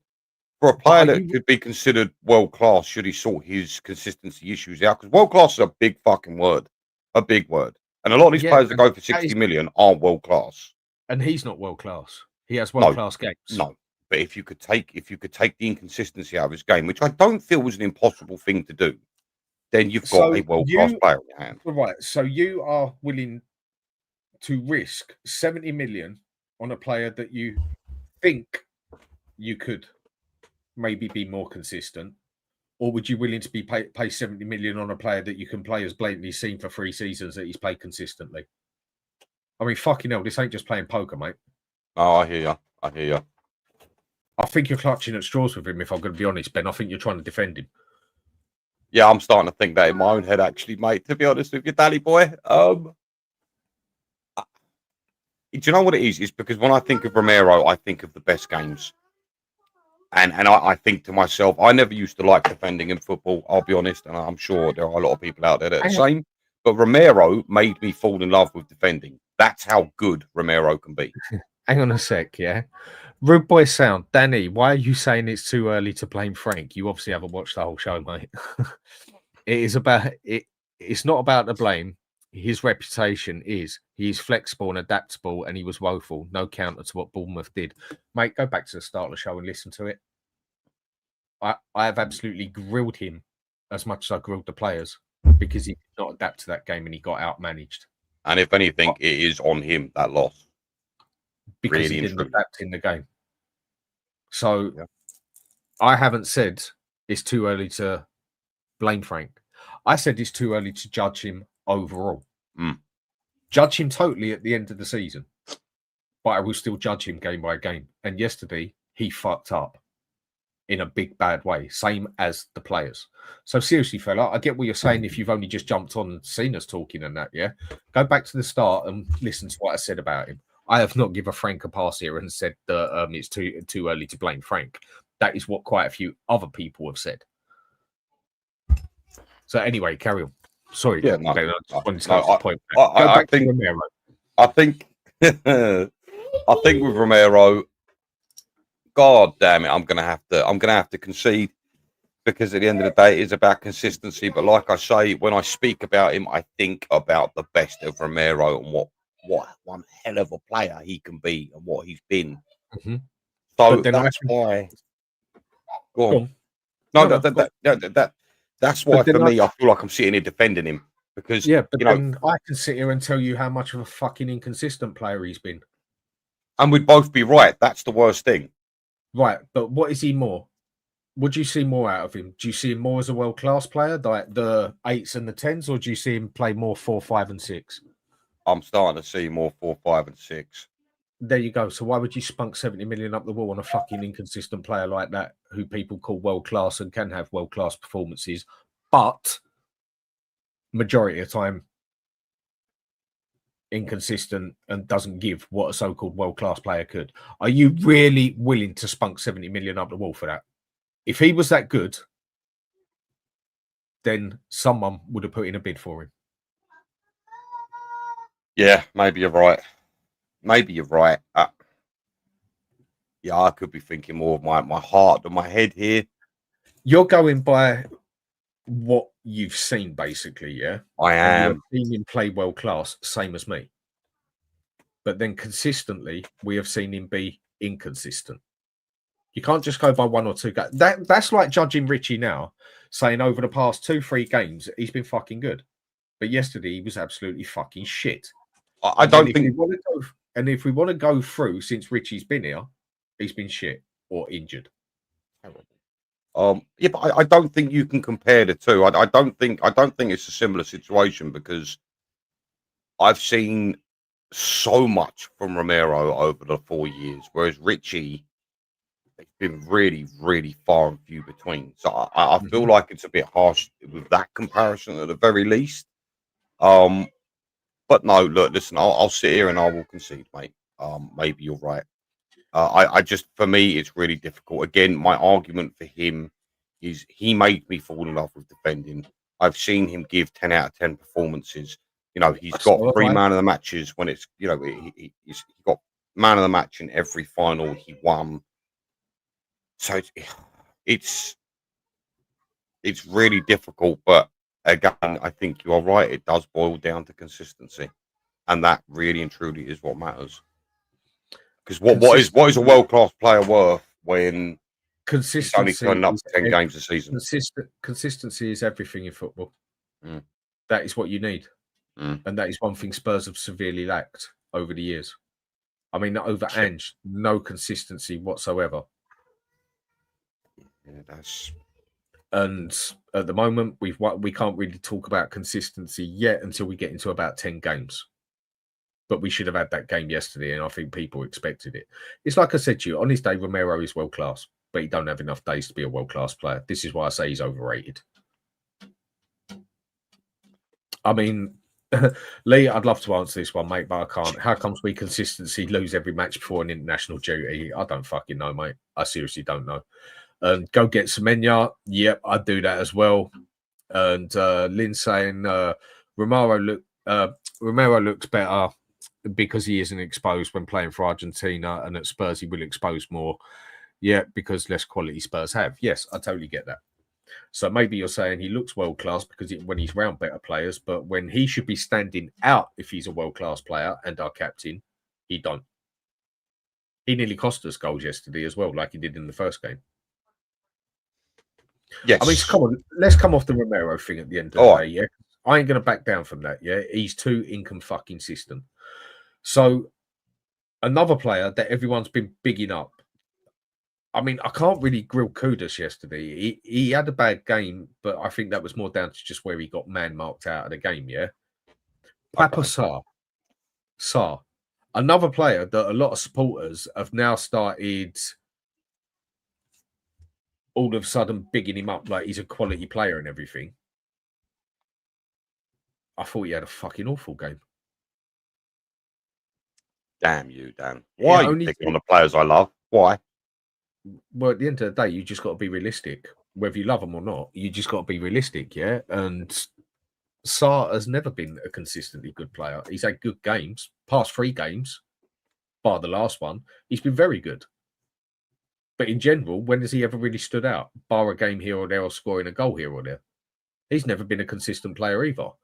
And my point is, when it comes to it, as a lot of people need is 2 good games from a player, and all of a sudden they're up and up for it. Basically, that's it. That's our R9 sorted. Richie's back on form. He's doing this. He's doing this. He's never been in form. No. Okay, he went through a stage where he scored in about 12 or 13 goals straight. Yeah.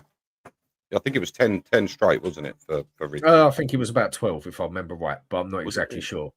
Yeah. God damn. Okay. You know? Right, Sar. Oh, Sar. My little Sar Toure. Why? It's a really, really difficult one for me because I genuinely felt like he turned a corner, and for all intents and purposes, he still might have. Look, nobody turned up yesterday. Nobody, not Romero. Van no der one. Ven did and Vicario did. Van der Ven saved Romero's arse several times. This is true, but 2 out of 11 is not great. So either way, 90% of the team did not turn up. So it's really, really difficult to double down on. This is what I was saying earlier. I don't like that people are doubling down on individual players and giving more stick than the other because they were all so bad. But as far as Sar goes, yeah, he was terrible. But that's why I bring him up, because people have been saying he's our new number 10. He's sorted. He walks into that team. No, God, that's no. Why I'm bringing these one up. No. Sar is not a number 10. I can tell you that much. No. No, he's not even remotely a number 10. I think the only reason why he's being used there and the only system he's being used in is because we've got no one else to use there unless we put Kudus there. Absolutely, and he's not great there, to be honest, from what I've seen at West Ham. No, Sar just had a poor game. He was just irrelevant for most of it. He did not give that tenacious performance that we saw against City, against PSG. He was blissfully, mate. It sucks because I advocate for people like Sar. I feel like he's had it tough the last couple of seasons under Ange because he's not had much coaching. I genuinely feel watching the last few games of him, I feel like he could really elevate his performance and be a mainstay in the team. What does he actually offer apart from his engine?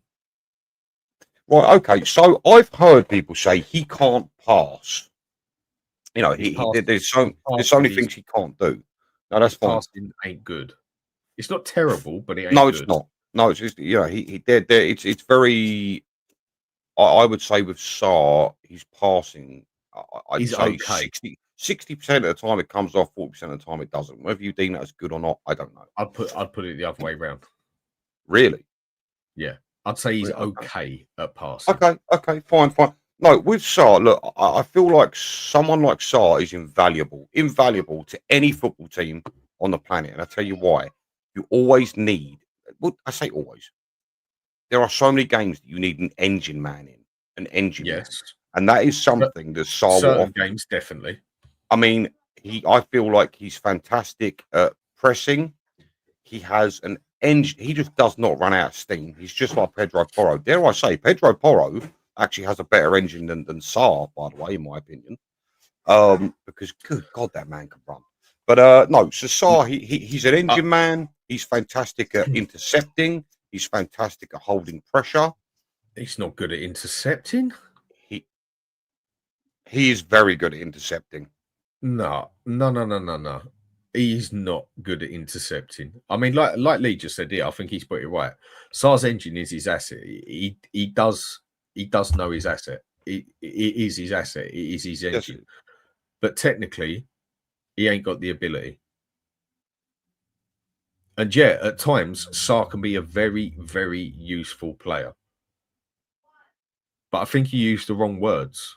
I mean, this is where we use words different, where people call a player world class when I'd say he's very good as such. I think there's different barriers with it. He's not technically gifted. He's not fantastic at intercepting. He's all right at it. But he ain't fantastic at anything apart from running around the pitch. What is that saying? Jack of all trades, master of none. For me, the only thing he's got that he's mastered is, well, it's not even I don't know if it's a natural thing or not, but it is that engine. I mean, realistically, he can score goals because we've seen it. He can score goals. So he does have a bit of an eye for goal. He can pass to a degree. You know, and I think in his specific role, he doesn't need to be a world-class passer. I just feel with Sarr, people make out like he's useless other than an engine man, and that I cannot understand. I cannot understand. I don't really see what else he adds apart from that. I mean, at times you definitely need that engine man on there. No two ways about it. Yeah, and he's got to have the right man next to him to do that with. But apart from that, what does he actually add to it when it's not that sort of player you need there? No, that is absolutely fine, but then you just don't play him. I feel like there are more games that you need a player like Sarr to play than there aren't, if that makes any sense. You know, I feel like that engine man can be really sort of, it's important for a lot of games. So I hear you. There are games that he won't be needed in, and yesterday was probably one of them. But then again, he didn't exactly do what he usually does, so it's really difficult. But no, for me, again, there are those games that you're not going to need a Sarr in, but you can't blame him for that. You know, if that's not his strengths, that's not his strengths. There's plenty of players in the squad. Do you know what I'm trying to get at? Him, sort of, but I can still blame a player when they've had a shit game. But he is playing out of position. That is another thing, and you're absolutely right. He is playing, and I won't deny that. That is true. But even when last season he was one of the players that got played more to what he was good at than most of the other players that got played totally out of sync to what they do. Bar the odd goal here and there, and bar the odd game of running around yesterday. Are you able to get up his minutes and games played from last season? Are you able to do that quickly? Yeah, I can do that. Sorry, Dan, pain in the arse. Yeah. Tottenham Hotspur. Because I feel like he's never been I just don't feel apart from when he's the engine man and we actually need a player like that, yeah. I just honestly don't see what else he adds to what you need basically in that aspect. I really don't. And yesterday, I feel like he's played out of position, so it didn't help, that's for sure. Yep. But overall, I really don't feel what does he add to the game when you need some technical ability out of a player as such. I mean, last season he played 36 games, scored 3 goals. I don't suppose you've got his minutes, do you, by any chance? Minutes played? If he's played 36 games, he's played quite a few. It doesn't. I mean, minutes. It says he played 1,914. Okay. And then he played 13 games in the Europa, 2 games in the FA, and 4 games in the League Cup. And he scored 5 goals, 6 goals last season overall.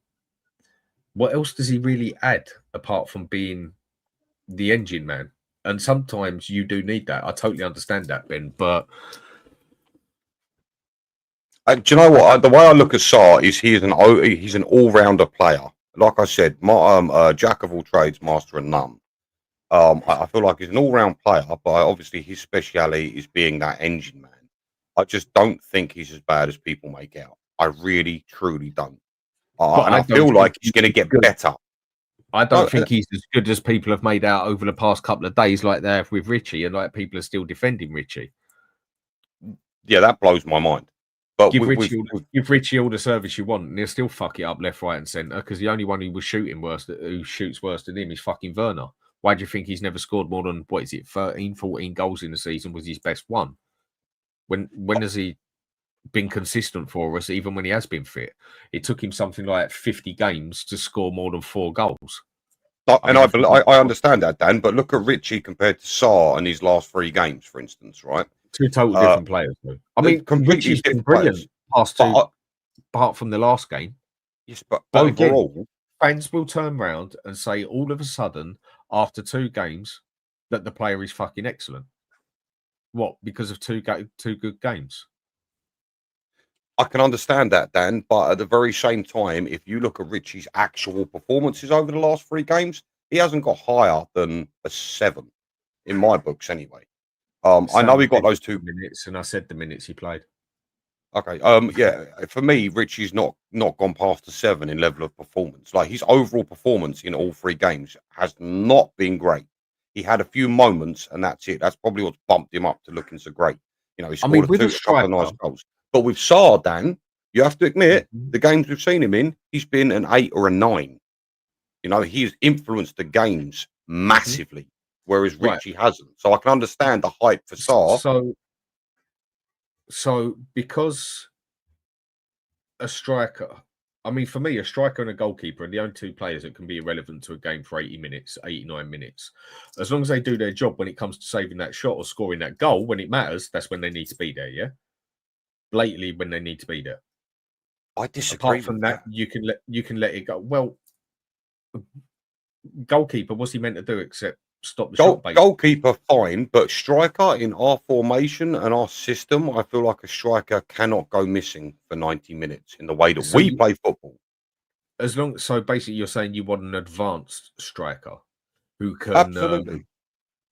can do a bit of everything and drift from Yeah. his position and that. Well, Richie definitely ain't fucking that. He can't No. shoot. He can't shoot straight from love nor money. Even when he does get fucking service and that, he still fucks it up a lot of the time. And now and again, he goes and scores a world class goal. But then from there, it goes to the point that he's not a finisher. He's not a good striker. No. Poor. But he does score a world class goal. But then there's all he has to do is score a quality goal, and then everyone starts talking about him like he's the fucking dog's bollocks. Richie is not a good player. No, he's not. He's poor. He's got Poor. no fucking control on the ball. He struggles to run with the ball. He can't keep people off him. He spends just as much time on the floor as he does getting up, and it shows on everything and that. You need your striker to at least be able to control the ball, don't you? Absolutely. Especially in a system that we play. Absolutely. I feel like that striker, in the way Tottenham Hotspurs play, is quite vital. And I certainly think that, you know, you can't go missing, because Mm, if you do, it's going to affect so much more than just his own performance. You know, mm, I think in the way we play, you need, especially with Spurs, you need that hold up man, someone that's gonna, you know, the ball's gonna come into, he's gonna hold on to it and then release another player to get us further up the pitch. I don't think in Spurs' system you can have a striker that goes missing. Like, and I know you said you feel like a striker and a keeper are the only players that are allowed to go missing for a majority of the game. I get that, I do. because they're the two that need to do that one particular job, and that's put it in Yeah, the back of the net or stop it going in the back of the net. yeah, That's why people grill Johnson, because he's not a striker and you need him to be more involved in the game. And he does absolutely sweet FA except score a goal, which a goal counts for it. But apart from that, he proved again yesterday that he was irrelevant. Mm. When he doesn't score a goal, he is irrelevant. He don't turn up. He don't do jack shit. It's really, do you know what? Johnson is a real difficult one because he is a player that also requires service to be good, because he's not good at anything else. So Right. I find it very difficult to judge a player that isn't known for anything other than scoring. If he's not given a service to do so, I find it Yeah. very Keep difficult. going. I find it. I feel like you have to almost judge Johnson as a striker, and if you're willing to accept that a striker can go missing for 90% of the match, I kind of feel like that's how you have to judge Johnson, because we know his strengths are, if you feed him, he will score, and if you're not feeding him, you know, can you really judge him? I mean, I don't know. What do you think of that? Yeah, but with a winger, they're the ones who are meant to make things, aren't they? That's As well absolutely as, true. and he doesn't do that. It, it's no, that's true, absolutely. But we know his strengths, and we know that's not what we're going to get out of him. So play him to his strengths. And if you're not feeding him, can you really judge him? Right. But then you need your winger to be able to do things, don't you? You do, but you know Johnson doesn't offer you that. But if he's being played on the wing, he's being played on the wing. That's it. It's Right. um, So he's got to do more. You can't just ghost a whole bloody game like he does all the time. yeah, I know, I know. I think Johnson has a particular set of skills. Johnson has that skill of getting that goal and tapping it in the back of the net. There's no two ways about it, mate. He definitely does, yeah. But apart from that, what else does he really offer to your game? He doesn't. He just doesn't. He doesn't. Again, he's, for me, and I know people really hate Johnson, and I can understand why. But I just think if you look at what he's good at, Yeah. And even look, say what you want. Johnson's positioning and finishing are fantastic. You have to at least admit that. When it comes to the final third and in and around the box, Johnson's Mhm. positioning and I wouldn't. finishing are great. I wouldn't say his overall finishing is great, but it's good where he gets in to put it in the back of the net, basically. I mean, would you trust him as an out and out striker? I'd be really interested to see him there. Funny enough, I mean, Mm. I've never. I'm going to be honest with you, and I'm sorry if I should have, but I've never really watched Wales play, and I know he plays as the striker Mm. for Wales a lot. So having said that, I would really like to see Johnson up front for Spurs just to see if he could offer something different. I have no doubt he's not So, going to. do you You're not think going to be he'd able. be better than Richie or Solanke up front? I feel what? So I feel like he'd be better than Richie. I feel like he could maybe offer a bit more than Richie. Mm. However, I actually, I actually quite like Solanke. I feel like we have all fobbed him off way too quickly. He scored 16 goals last season. I'll say that again, 16 goals. He was not playing as a striker for most of that season. He was playing as a goddamn CDM. No, it This, wasn't that deep, Ben. That's an exaggeration, mate. no, it's Come an on. exaggeration, but he was playing very, very deep. Yeah. You know, let's be real. He was playing He went like a lowest to number a 10. 10. He went lowest back to a 10, basically, like Harry Kane used to. Yeah, They wanted him to play as an advanced forward, basically. yeah, yeah. But that's this is what I'm trying to say. And another thing And with quick Solanke, thing, Daniel Field, thanks for the super sticker, mate. Much appreciated. Thank you very much. Go on, sorry, Ben. no, with Solanke, right? So not only did he score 16 goals last season, I know he only got 9 in the Prem, and that's not good enough. I understand that. But for the Mm. way he was asked to play, I don't think it was terrible. And another thing is, look at someone like Ivan And Toney. Brazil was shit. What's that? No, it's just this Sam. Yeah, they really are. Yeah, they He ain't the keeps Brazil making we some watched. funny comments. The fact that Richie is their number 9 shows how shit Brazil are. When I talk about Brazil, I look on the real R9. I look on Ronaldinho's. I look on Roberto Carlos. You know, I look on Rivaldo. Yeah, so just because he's Brazil's number 9, Brazil ain't nothing special anymore. Hold on a minute. I know we're going off topic real quick, but what other number 9s do Brazil have? Am I being stupid? Gabriel Jesus. Ugh. Okay. So There we go. There we go. the same level. Is that really it? Is that all they've got these days? Wow. Pretty much, as far as I know, I can't think of anyone else they've got. If someone else can say so, please do. But I think they're their main options of their striker as such. But anyway, go back with Yeah. Solanke. Yeah. So yes. So with Solanke, look at someone like an Ivan Toney. So I've mentioned the 16 goals. I've mentioned the fact that I feel like he was way too deep as a striker, and he was told to do that from Ange. Mm. I feel like if you look at someone like an Ivan Toney, sorry, at Brentford, and what Frank managed to get out of him. So what I saw when Frank first came to the club is his interview. He specifically mentioned Dom quite a lot and how he feels he can get he feels he can get Dom to score a lot more goals. I feel under someone like Frank, you could see the very, very best of Solanke. So, like, when I've watched him previously, I've Okay. been very impressed with a number of things. And one of them was his ability to beat a man. He is capable of doing that. I've seen it with my own eyes. No, you can give me the eyebrows all you want, but I'm telling you now, I've watched him be very quick When with his feet and beat a man. once, He's yeah, capable of doing it. just Ben, just because someone can do it once or twice, it's about consistency again. I, I've seen him do it a few times last season, and when I saw him do it, I was quite Yeah, impressed. You know who I don't see do it? Richarlison. Ever. no, Richarlison Period. gets punched all over the place. Exactly. He tries to basically get a foul, but fucks it up even by jumping on the floor. Yeah. Oh, How many times? Just because, again, this is about consistency for me, mate. Yeah.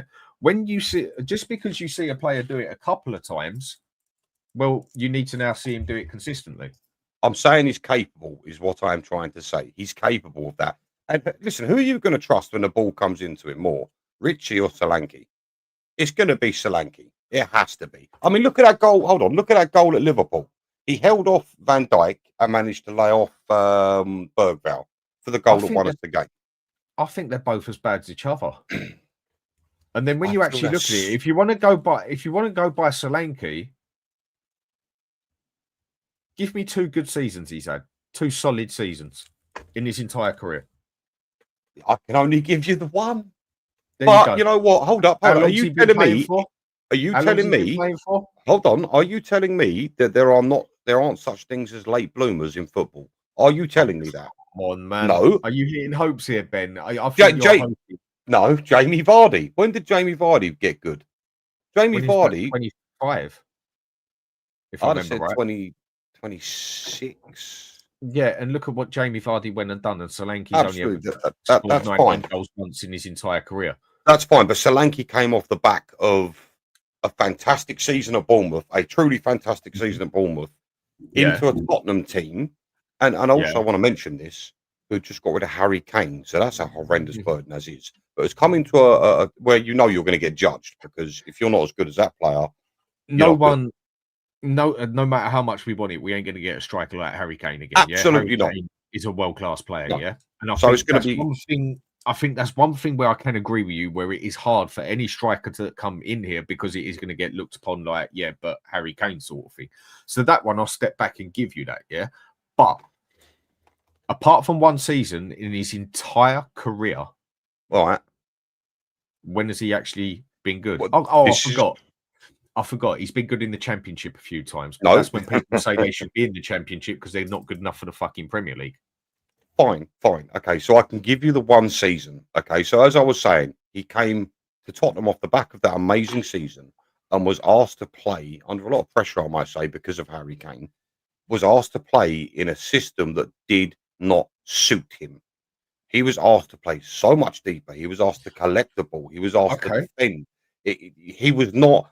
Like, look at the way Richie is. You know, the way Frank lines up is quite rare for the striker to come past the halfway line with Frank. I don't see that happening too often. Whereas with Look, Solanke, he was so deep. So all I'm trying to say, all I'm trying to advocate is that, okay, and he got 16 goals last season. You cannot okay, sniff at that. right. I'll bring that up in a sec then as well. Yeah. Go on. Now, the way I judge him, I mean, you're never going to get a player to be to Harry Kane, so it's not going to be. You can't judge him to Harry Kane because he's a world class player. Yeah. Yeah. But you can still judge your striker on what he can do or what he can't do. So, are you telling me, just simple yes or no, that last season he didn't get played to his advantages, so he didn't have such a good game? Yeah. Yes, that's what that is my personal opinion. Yes. All right. What about the other 7 or 8 years where he's only ever had one good season in his entire life? Are you No, telling me everywhere he's been, he's played out of sync? no, and I cannot speak on that because what have I got to argue?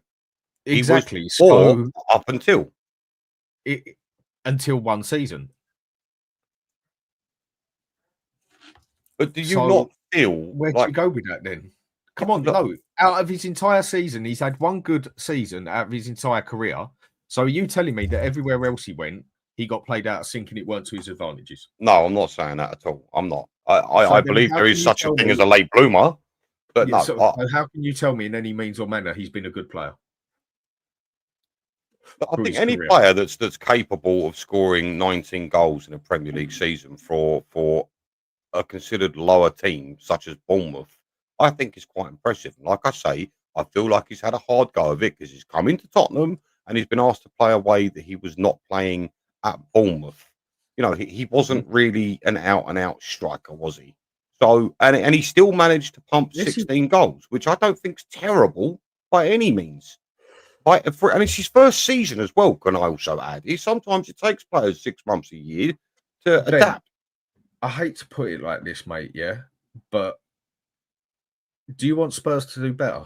Of course I do. Of Then course why I do. the fuck do you stick up for players? Right. Let me have a look on this quickly. Then why do we stick up for average players? Why don't we want better? No, of course we do. Jesus, anyone. This is something that really bugs me, right?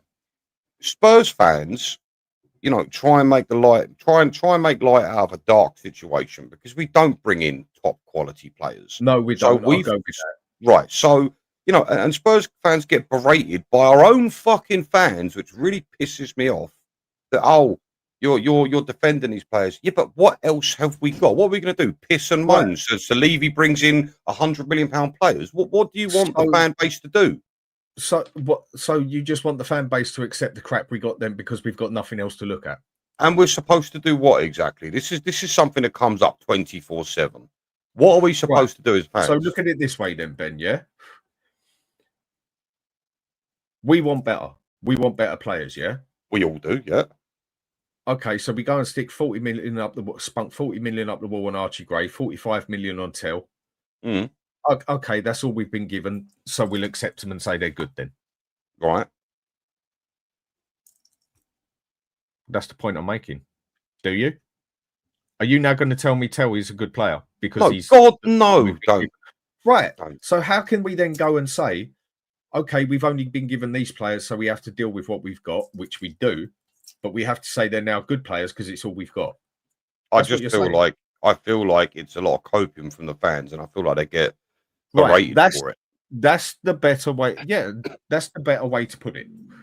A lot of copium from the fans because there's a lot of the time we don't make great signings. I mean, this year we got Paulinia, Kudus, and Simmons. We can get excited about that because we got some good players there. But then when it comes to people like Tell, what? Just because he's all we got, we have to accept him. And I completely, I completely understand that. But my point was about Solanke, and given my argument, are you telling me? I see Solanke is a Doug Sam. Come on, mate. He scored 16 goals overall for us last season, and he was not playing in a team that. Okay.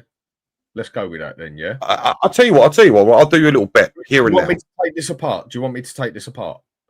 Let me just say this and then take it apart all you want. I guarantee you this season, and this is going to suck for him in the beginning because he's not fit, he's not sharp.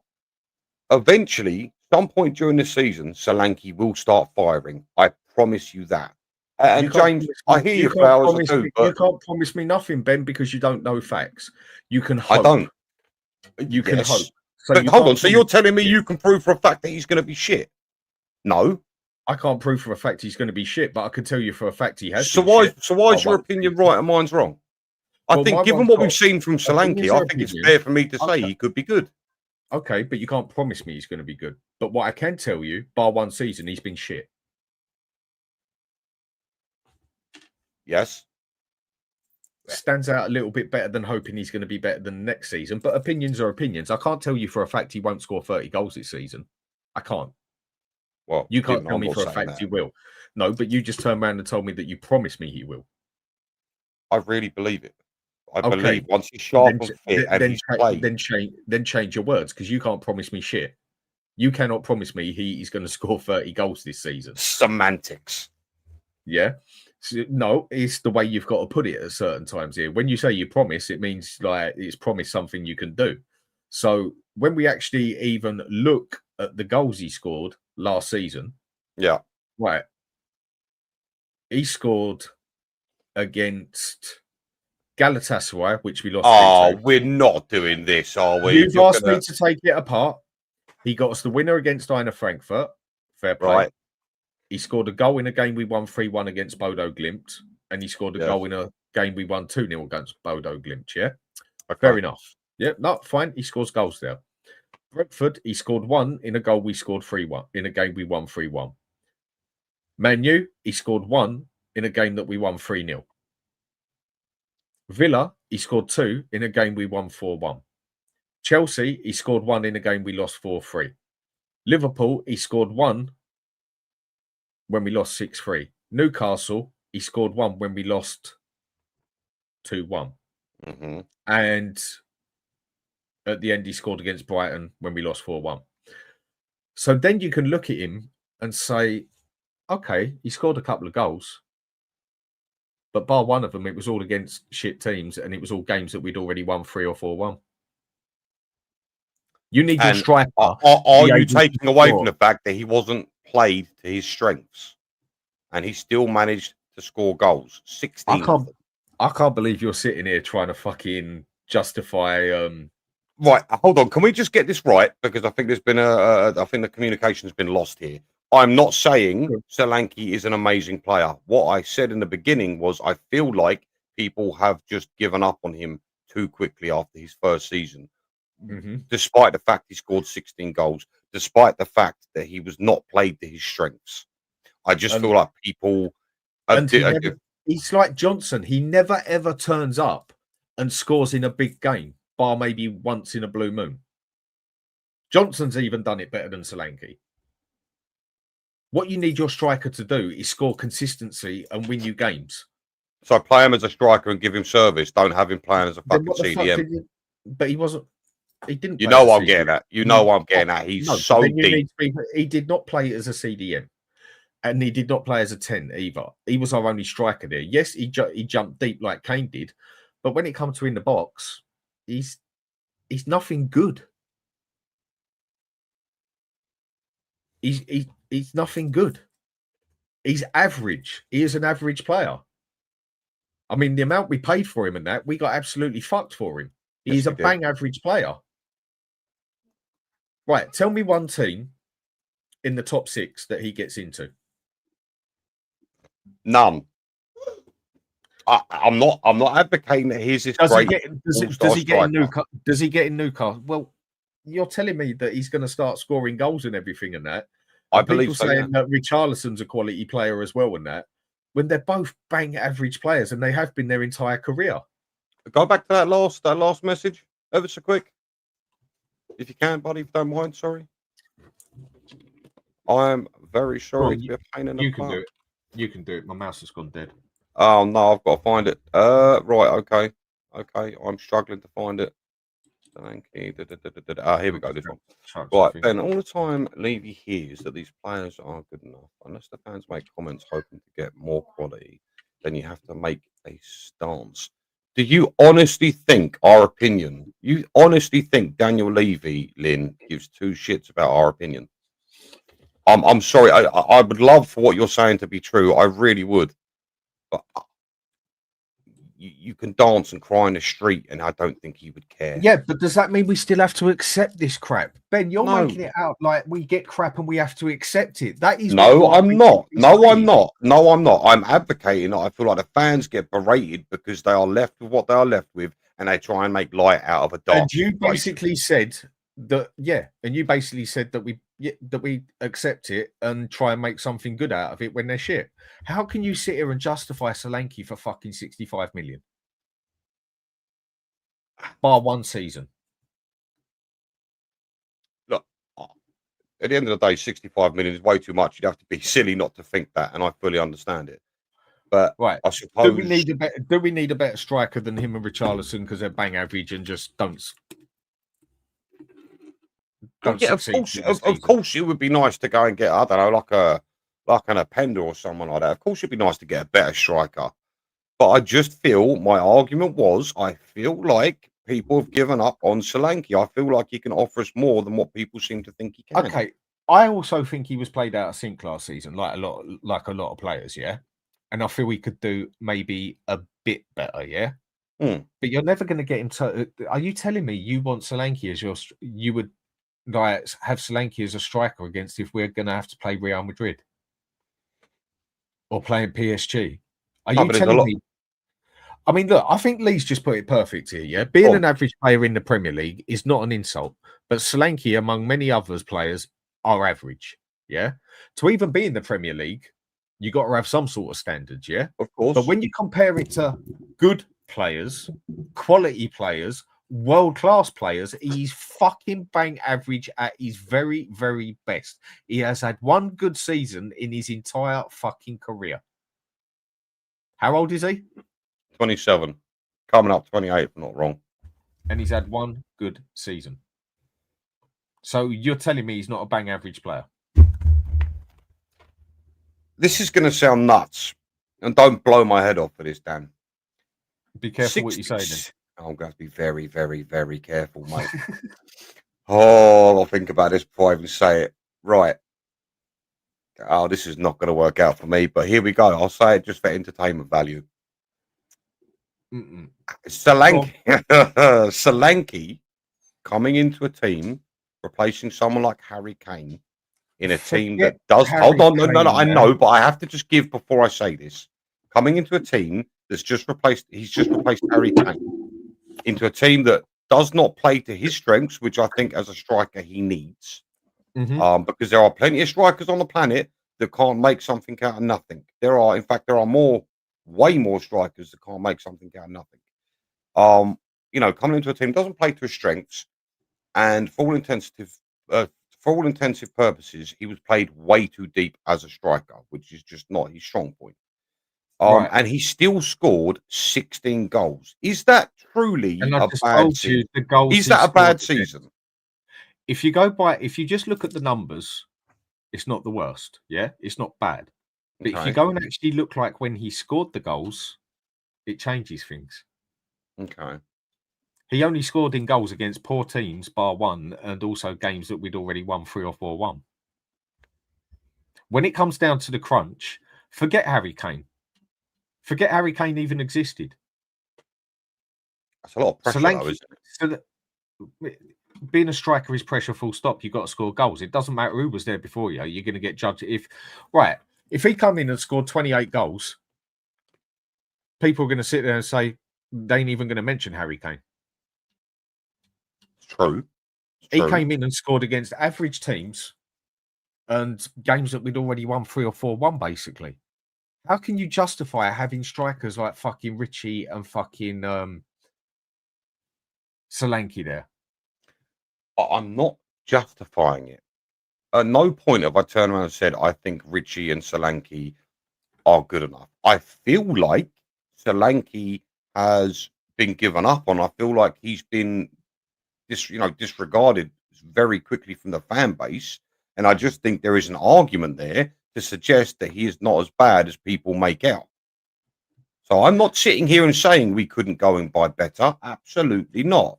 I'm trying to get people to concede to the fact that he's not as bad as he's been made out to be. And I think that is a fair point. No, I'm sorry, I ain't going with it, mate. He's had one good season in his entire career. So I'm not talking about his entire career. I'm talking about his Tottenham career. Okay, his Tottenham career. And for a first season, I think there's been far worse. I've seen world-class players that have come in and done far worse from other teams. Ben, and Sam, you say he's bang average because you expect so much. I expect better than fucking Richie and Solanke. I mean, if you look at what we have had in the past and everything, I expect better than them too. Especially for the big club we are with the money we got. Are you telling me for 65 million we could not have done better than Solanke?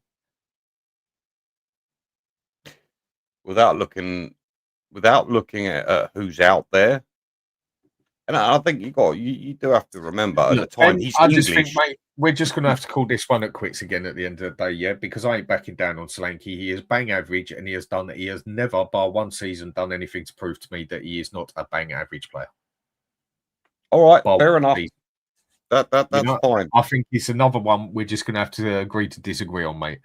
Because like a lot of others, I just feel at Spurs, we accept some of the crap we are given, basically, and then try and big it up in some way. Try and almost justify it. And it gets us nowhere fast.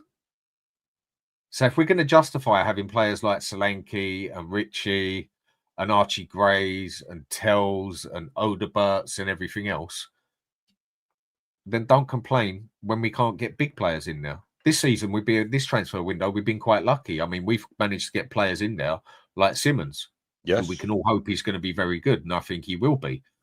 And other players like Paulinho, okay, didn't have a good game yesterday, but in general, over the season, I think you're going to see the difference he makes. Kudus, you're definitely going to see the difference he makes. But that's another thing, though, Dan. Can I just throw that out there as well?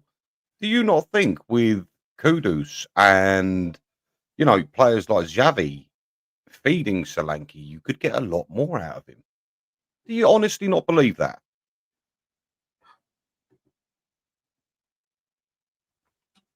I don't think they're going to make him do better than he's ever done. All right, fair enough. All right. And there is nothing there that can prove it to me that he has. Okay, fair enough. Fair enough. You know, I- so at the end of the day, when it comes down to it, there is nothing to prove to me that he can do it. I mean, if he goes and does it, then brilliant. I'll be quite happy to sit back and say, fucking fair play, mate. But he has done nothing in his entire career, bar one season, to tell me that he's got the capability of doing it consistently. We argued earlier and debated earlier about Romero, why no one paid no money for him, why he couldn't get sold basically because no one would pay for him because he's inconsistent. Now tell me Solanke's consistent. Been a consistent goal scorer in his whole career. Not in his whole career, no.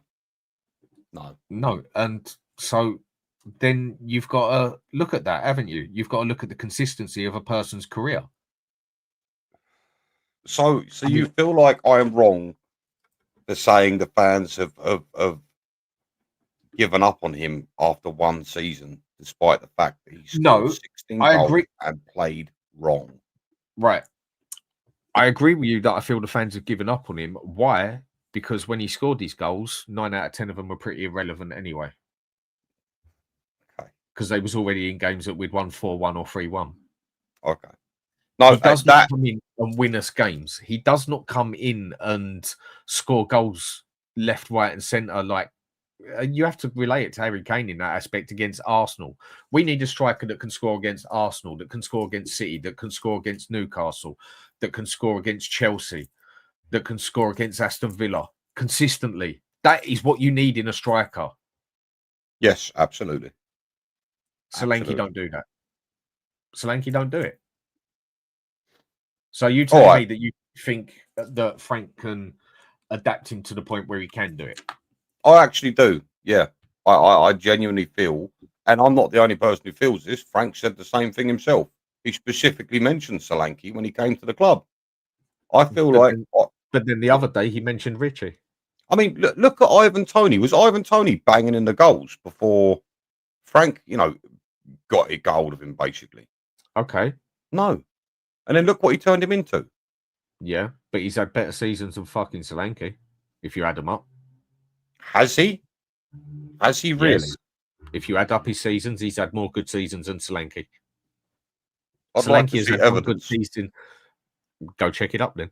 He has had more good seasons than Solanke. I will. Solanke has had one good season in his entire career. I mean, like Kate just said here, why did no one else come in for Solanke? We went and got him because he was homegrown and because of the wages we could pay him and because, well, if Ange wanted him, fucking hell, he could have picked better than that. But you're basically justifying, and we've sat here and basically debated for 20 minutes, half hour, on whether Solanke is good enough to play for Spurs or not. And you're saying he is. Is Ivan Toney better than Solanke, Dan? I'd say he is. Look at the games he scores in. Because it does come down to when you score as well and the games you score in as well. Because Ivan Toney has only ever had 2 seasons in the Premier League. Mm-hmm. And his best season, where everyone rated the guy, and myself included, he scored 20 goals, like Solanke, and 4 assists. 19. And his previous was 12 and 5. Okay. So if we go on Solanke then, so you can say he's had 2 good seasons in the Premier League, yeah? Would you consider that first one good? I would say he was a better striker than Solanke. I mean, because the way you got to look at that one as well, I get where you're coming from here, but the way you got to look at that one, he's had 2 seasons in the Premier League. How many seasons has Solanke had? Yeah, he's had a few, to be fair. Do you know what? That argument might be nullified because, aside from the 19 goals and 3 assists, 6-3. Look, at the end of the day, if you're willing to accept players like that and try and justify them, Ben, that's your call. No, you're putting words in my mouth. You're putting words in my mouth. And that's why you're fucking smirking. You're putting words in my mouth. I'm not saying. You're sticking up for him, for fuck's sake. You're hitting here with hopium, Ben, that he's going to turn out good and then promising me he's going to turn out good and then telling me you're hoping he's going to turn out good. Come on, man. Be real. He's not fucking good enough, and nor is Richarlison for what we want to do. Are you telling me that either Richarlison or Solanke are good enough to even play in the Champions League? Richie, absolutely not. But I feel like Solanke could be. Is that not fair? No. 2 seasons back to back. It's realistic. 19 goals. Come on, man. 16 Be realistic. I'm just saying, from what I've seen of Solanke at Tottenham Hotspurs, despite a few poor performances, I completely understand. In a system that doesn't quite fit him, I just feel he's not done terrible, and I feel like there is a lot more to come from him. And under Frank, I feel we'll see that. I do not feel that is an unfair statement. I am not sitting here saying Solanke is a world-class striker. I'm not saying anything. I can't. Well, world-class players play in Champions League as well, but then it's not always world-class players. I know that. When it comes down to it, yeah. Tell me a big club that would go for him. Tell me a big club that would buy him. Tell me a big club that would buy him to play in the Premier League and Champions League. You deem Tottenham a big club? We bought him. That is. I know there were. You have just said, Ben, our biggest problem. Okay. Because we are a big club, not an elite club, but we are a big club.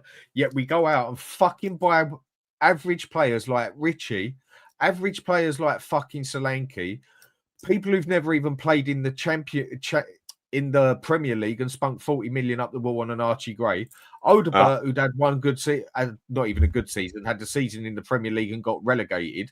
Tell, who we got on loan and has been absolute dog shit for us since we got him.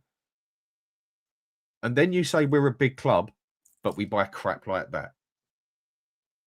Do you want to drop that, Mike?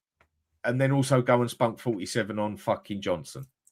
Are you telling me with that money, as a big club, we should not be doing better than that? I feel like Johnson has with Johnson's numbers, I feel like he's made that money up, if I'm honest with you. Right, give me 1 second here quickly, yeah? 1 second here. Where is that? I feel like Johnson paid for himself, if I'm honest with you. I feel like when you are the club's top scorer for one season and consistently produced double figures in GA, I feel like he's kind of paid for himself over 2 seasons, if I'm brutally honest with you. Right, I'm just looking for something here. Keep going. No, keep going on you. Oh no, that's very difficult because now is not the time to argue for fucking Brennan Johnson. That's right. What I just want to bring up is quickly on here. Sam, you're going and saying something like that, mate. Seriously, fella, what is your fucking problem? Do you know what? Why do you have to bring family into it? Why do you have to make it fucking personal? Now, I'll say it, you're just being a fucking cunt. Yeah? That is uncalled for. You don't even know what's happened to someone's family in their life, yeah? Why did you have to make it personal? I've shown nearly everything you fucking say on here, yeah? Because I've got no problem. And anyone is allowed their fucking opinion, yeah? And in that aspect... Yeah, Daniel Field. No, it's not him. In that aspect, mate, baked potato, fuck off. That's well uncalled for. Sorry, Ben, go on. I just caught that on the side. No, fair enough. But yeah, no, I actually feel like for 47 million, I feel like our money's been repaid. 2 seasons back to back, double figures in GA, top scorer last season. Can you disagree with me? No, look, just going back to that, yeah, I'll let anyone come in here and say what they want. They can slag me off all they want on the side. I honestly couldn't give a fuck. Anyone is allowed their opinion and that, yeah? Everyone is allowed their opinion. If that Sam thinks I'm getting it wrong and he's getting it right, he can come and talk to me all day long, whatever, and that. And if he even gives me a better opinion, I can even step back and accept an opinion, yeah? He wants to keep calling it out on the side, I'll bring it up on the screen. Anyone can do it. Everyone is allowed their own opinion, yeah? But as soon as you get fucking personal and start bringing someone's fucking family into it or whatever, he can go fuck himself because he's acting like a cunt. Straight and blunt and simple as that, yeah? And that's not going into one. That's just saying it how it is. and I've already blocked him. Oh wow! The whole time he's been on here saying stuff, I've got no problem with what he's been saying. Yeah, been getting a little bit moody. I mean, you can probably tell he ain't had sex for a while if he's ever had it, and I think he's just getting a bit feisty, sort of thing. Got no problem with that either. But then he has to bring someone's family into it. You know what? Then I will block someone. And how often do I ever block someone because of what they say on my show? I don't, because everyone's allowed their opinion. But when they go and say something like that, that's well uncalled for. It's just unnecessary. It's just unnecessary. Completely. And I only caught that with a corner of my eye a bit a little bit late. So I do apologize. I didn't do anything about that earlier. But Ben, our biggest problem is we are a big club at the end of the day, yeah? And we go and justify players like Solanke, like Richarlison, like what I went through and everything else and that. Because, okay, we're used to getting crap in general, even though we've just had 3 very good players come in there, yeah? Yeah. But then why go and try and justify the crap that we've got? Why? We want better. Sitting here and living on hopes that fucking Solanke is going to turn into a good player, you're only going to get hurt, in my opinion. I can't tell you he ain't going to score 30 goals this year. I can't say that for a fact. But I'm willing to stick 500 quid on it. And that's fair. Again, it's very difficult because for me to advocate for a possibility, he could turn out to be quite decent this season. The tough thing is for him is he's been injured for quite some time now. It's been a month or two, isn't it? He's definitely not match fit from what we saw the last time we see him. It's going to take a while before he's up to pace, up to speed. Like I said previously, I just feel like we're blowing him off a bit too quick, and he could possibly be a bit of a difference maker for us this season. That's what I'm hoping. Anyway, I just feel like from the perspective I'm looking at, I feel like all the stats that I've reeled off, I feel like it's a very real possibility. I'm not sitting here advocating that he's going to be a world-class player. I'm simply saying I feel like, a lot of Spurs fans have disregarded him a bit too quick after one season, and the fact that he still managed to score 16 goals in a season. Okay. Look, I'll go with that. Fine. You can hit and hope and probably get hurt from it, or at the end of the season you're going to be able to tell me I got it totally wrong and he scored 20 plus goals. It's just with his history and everything else and the way he plays and the way I see other strikers doing it, I just don't see what anyone sees any hope in us taking him anywhere in that aspect. So on that last bit there, I'm getting bloody hungry now. I've had my rant about Spurs and everything. I've had a debate with you about fucking Solanke on whether he's good enough or whatever. So what I'm just going to have a quick look at here is who is online at the moment. There we go. There's one. And copy copy link address. Could be so much piss balling about with this sometimes. It's easier when it's pre-planned. Is it Kish? Kish. I can't pronounce his name. Krrish. Krish. He's supposed to be a bit of a big deal on Twitter. He's got 48k followers. He's just put out an hour ago breaking Ademola Lookman.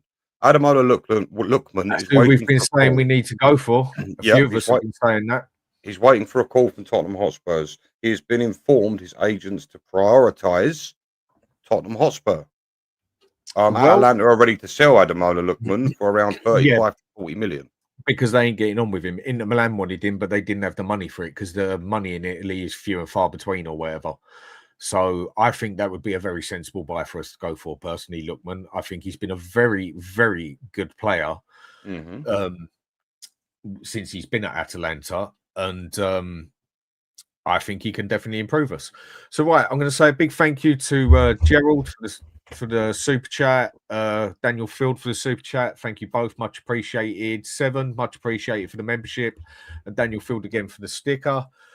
Yes, I know it's probably been a depressing show to listen to and everything, but after yesterday, it was pretty much hard to come up with anything good. Let's just hope Thomas Frank looks and learns from that one. let's hope we get a player or two in that can definitely help us, because one thing that showed yesterday is the fucking lack of depth we've got. I don't believe we get a striker, but I can see us getting a 10 or a left wing, so we could do Simmons in either position. Let's hit an open. Let's see how the next 2 days go in the transfer window. Ben, have a good day. Everyone else, have a good day. I'll speak to everyone later. Take care of yourselves and thanks for watching. Take it down.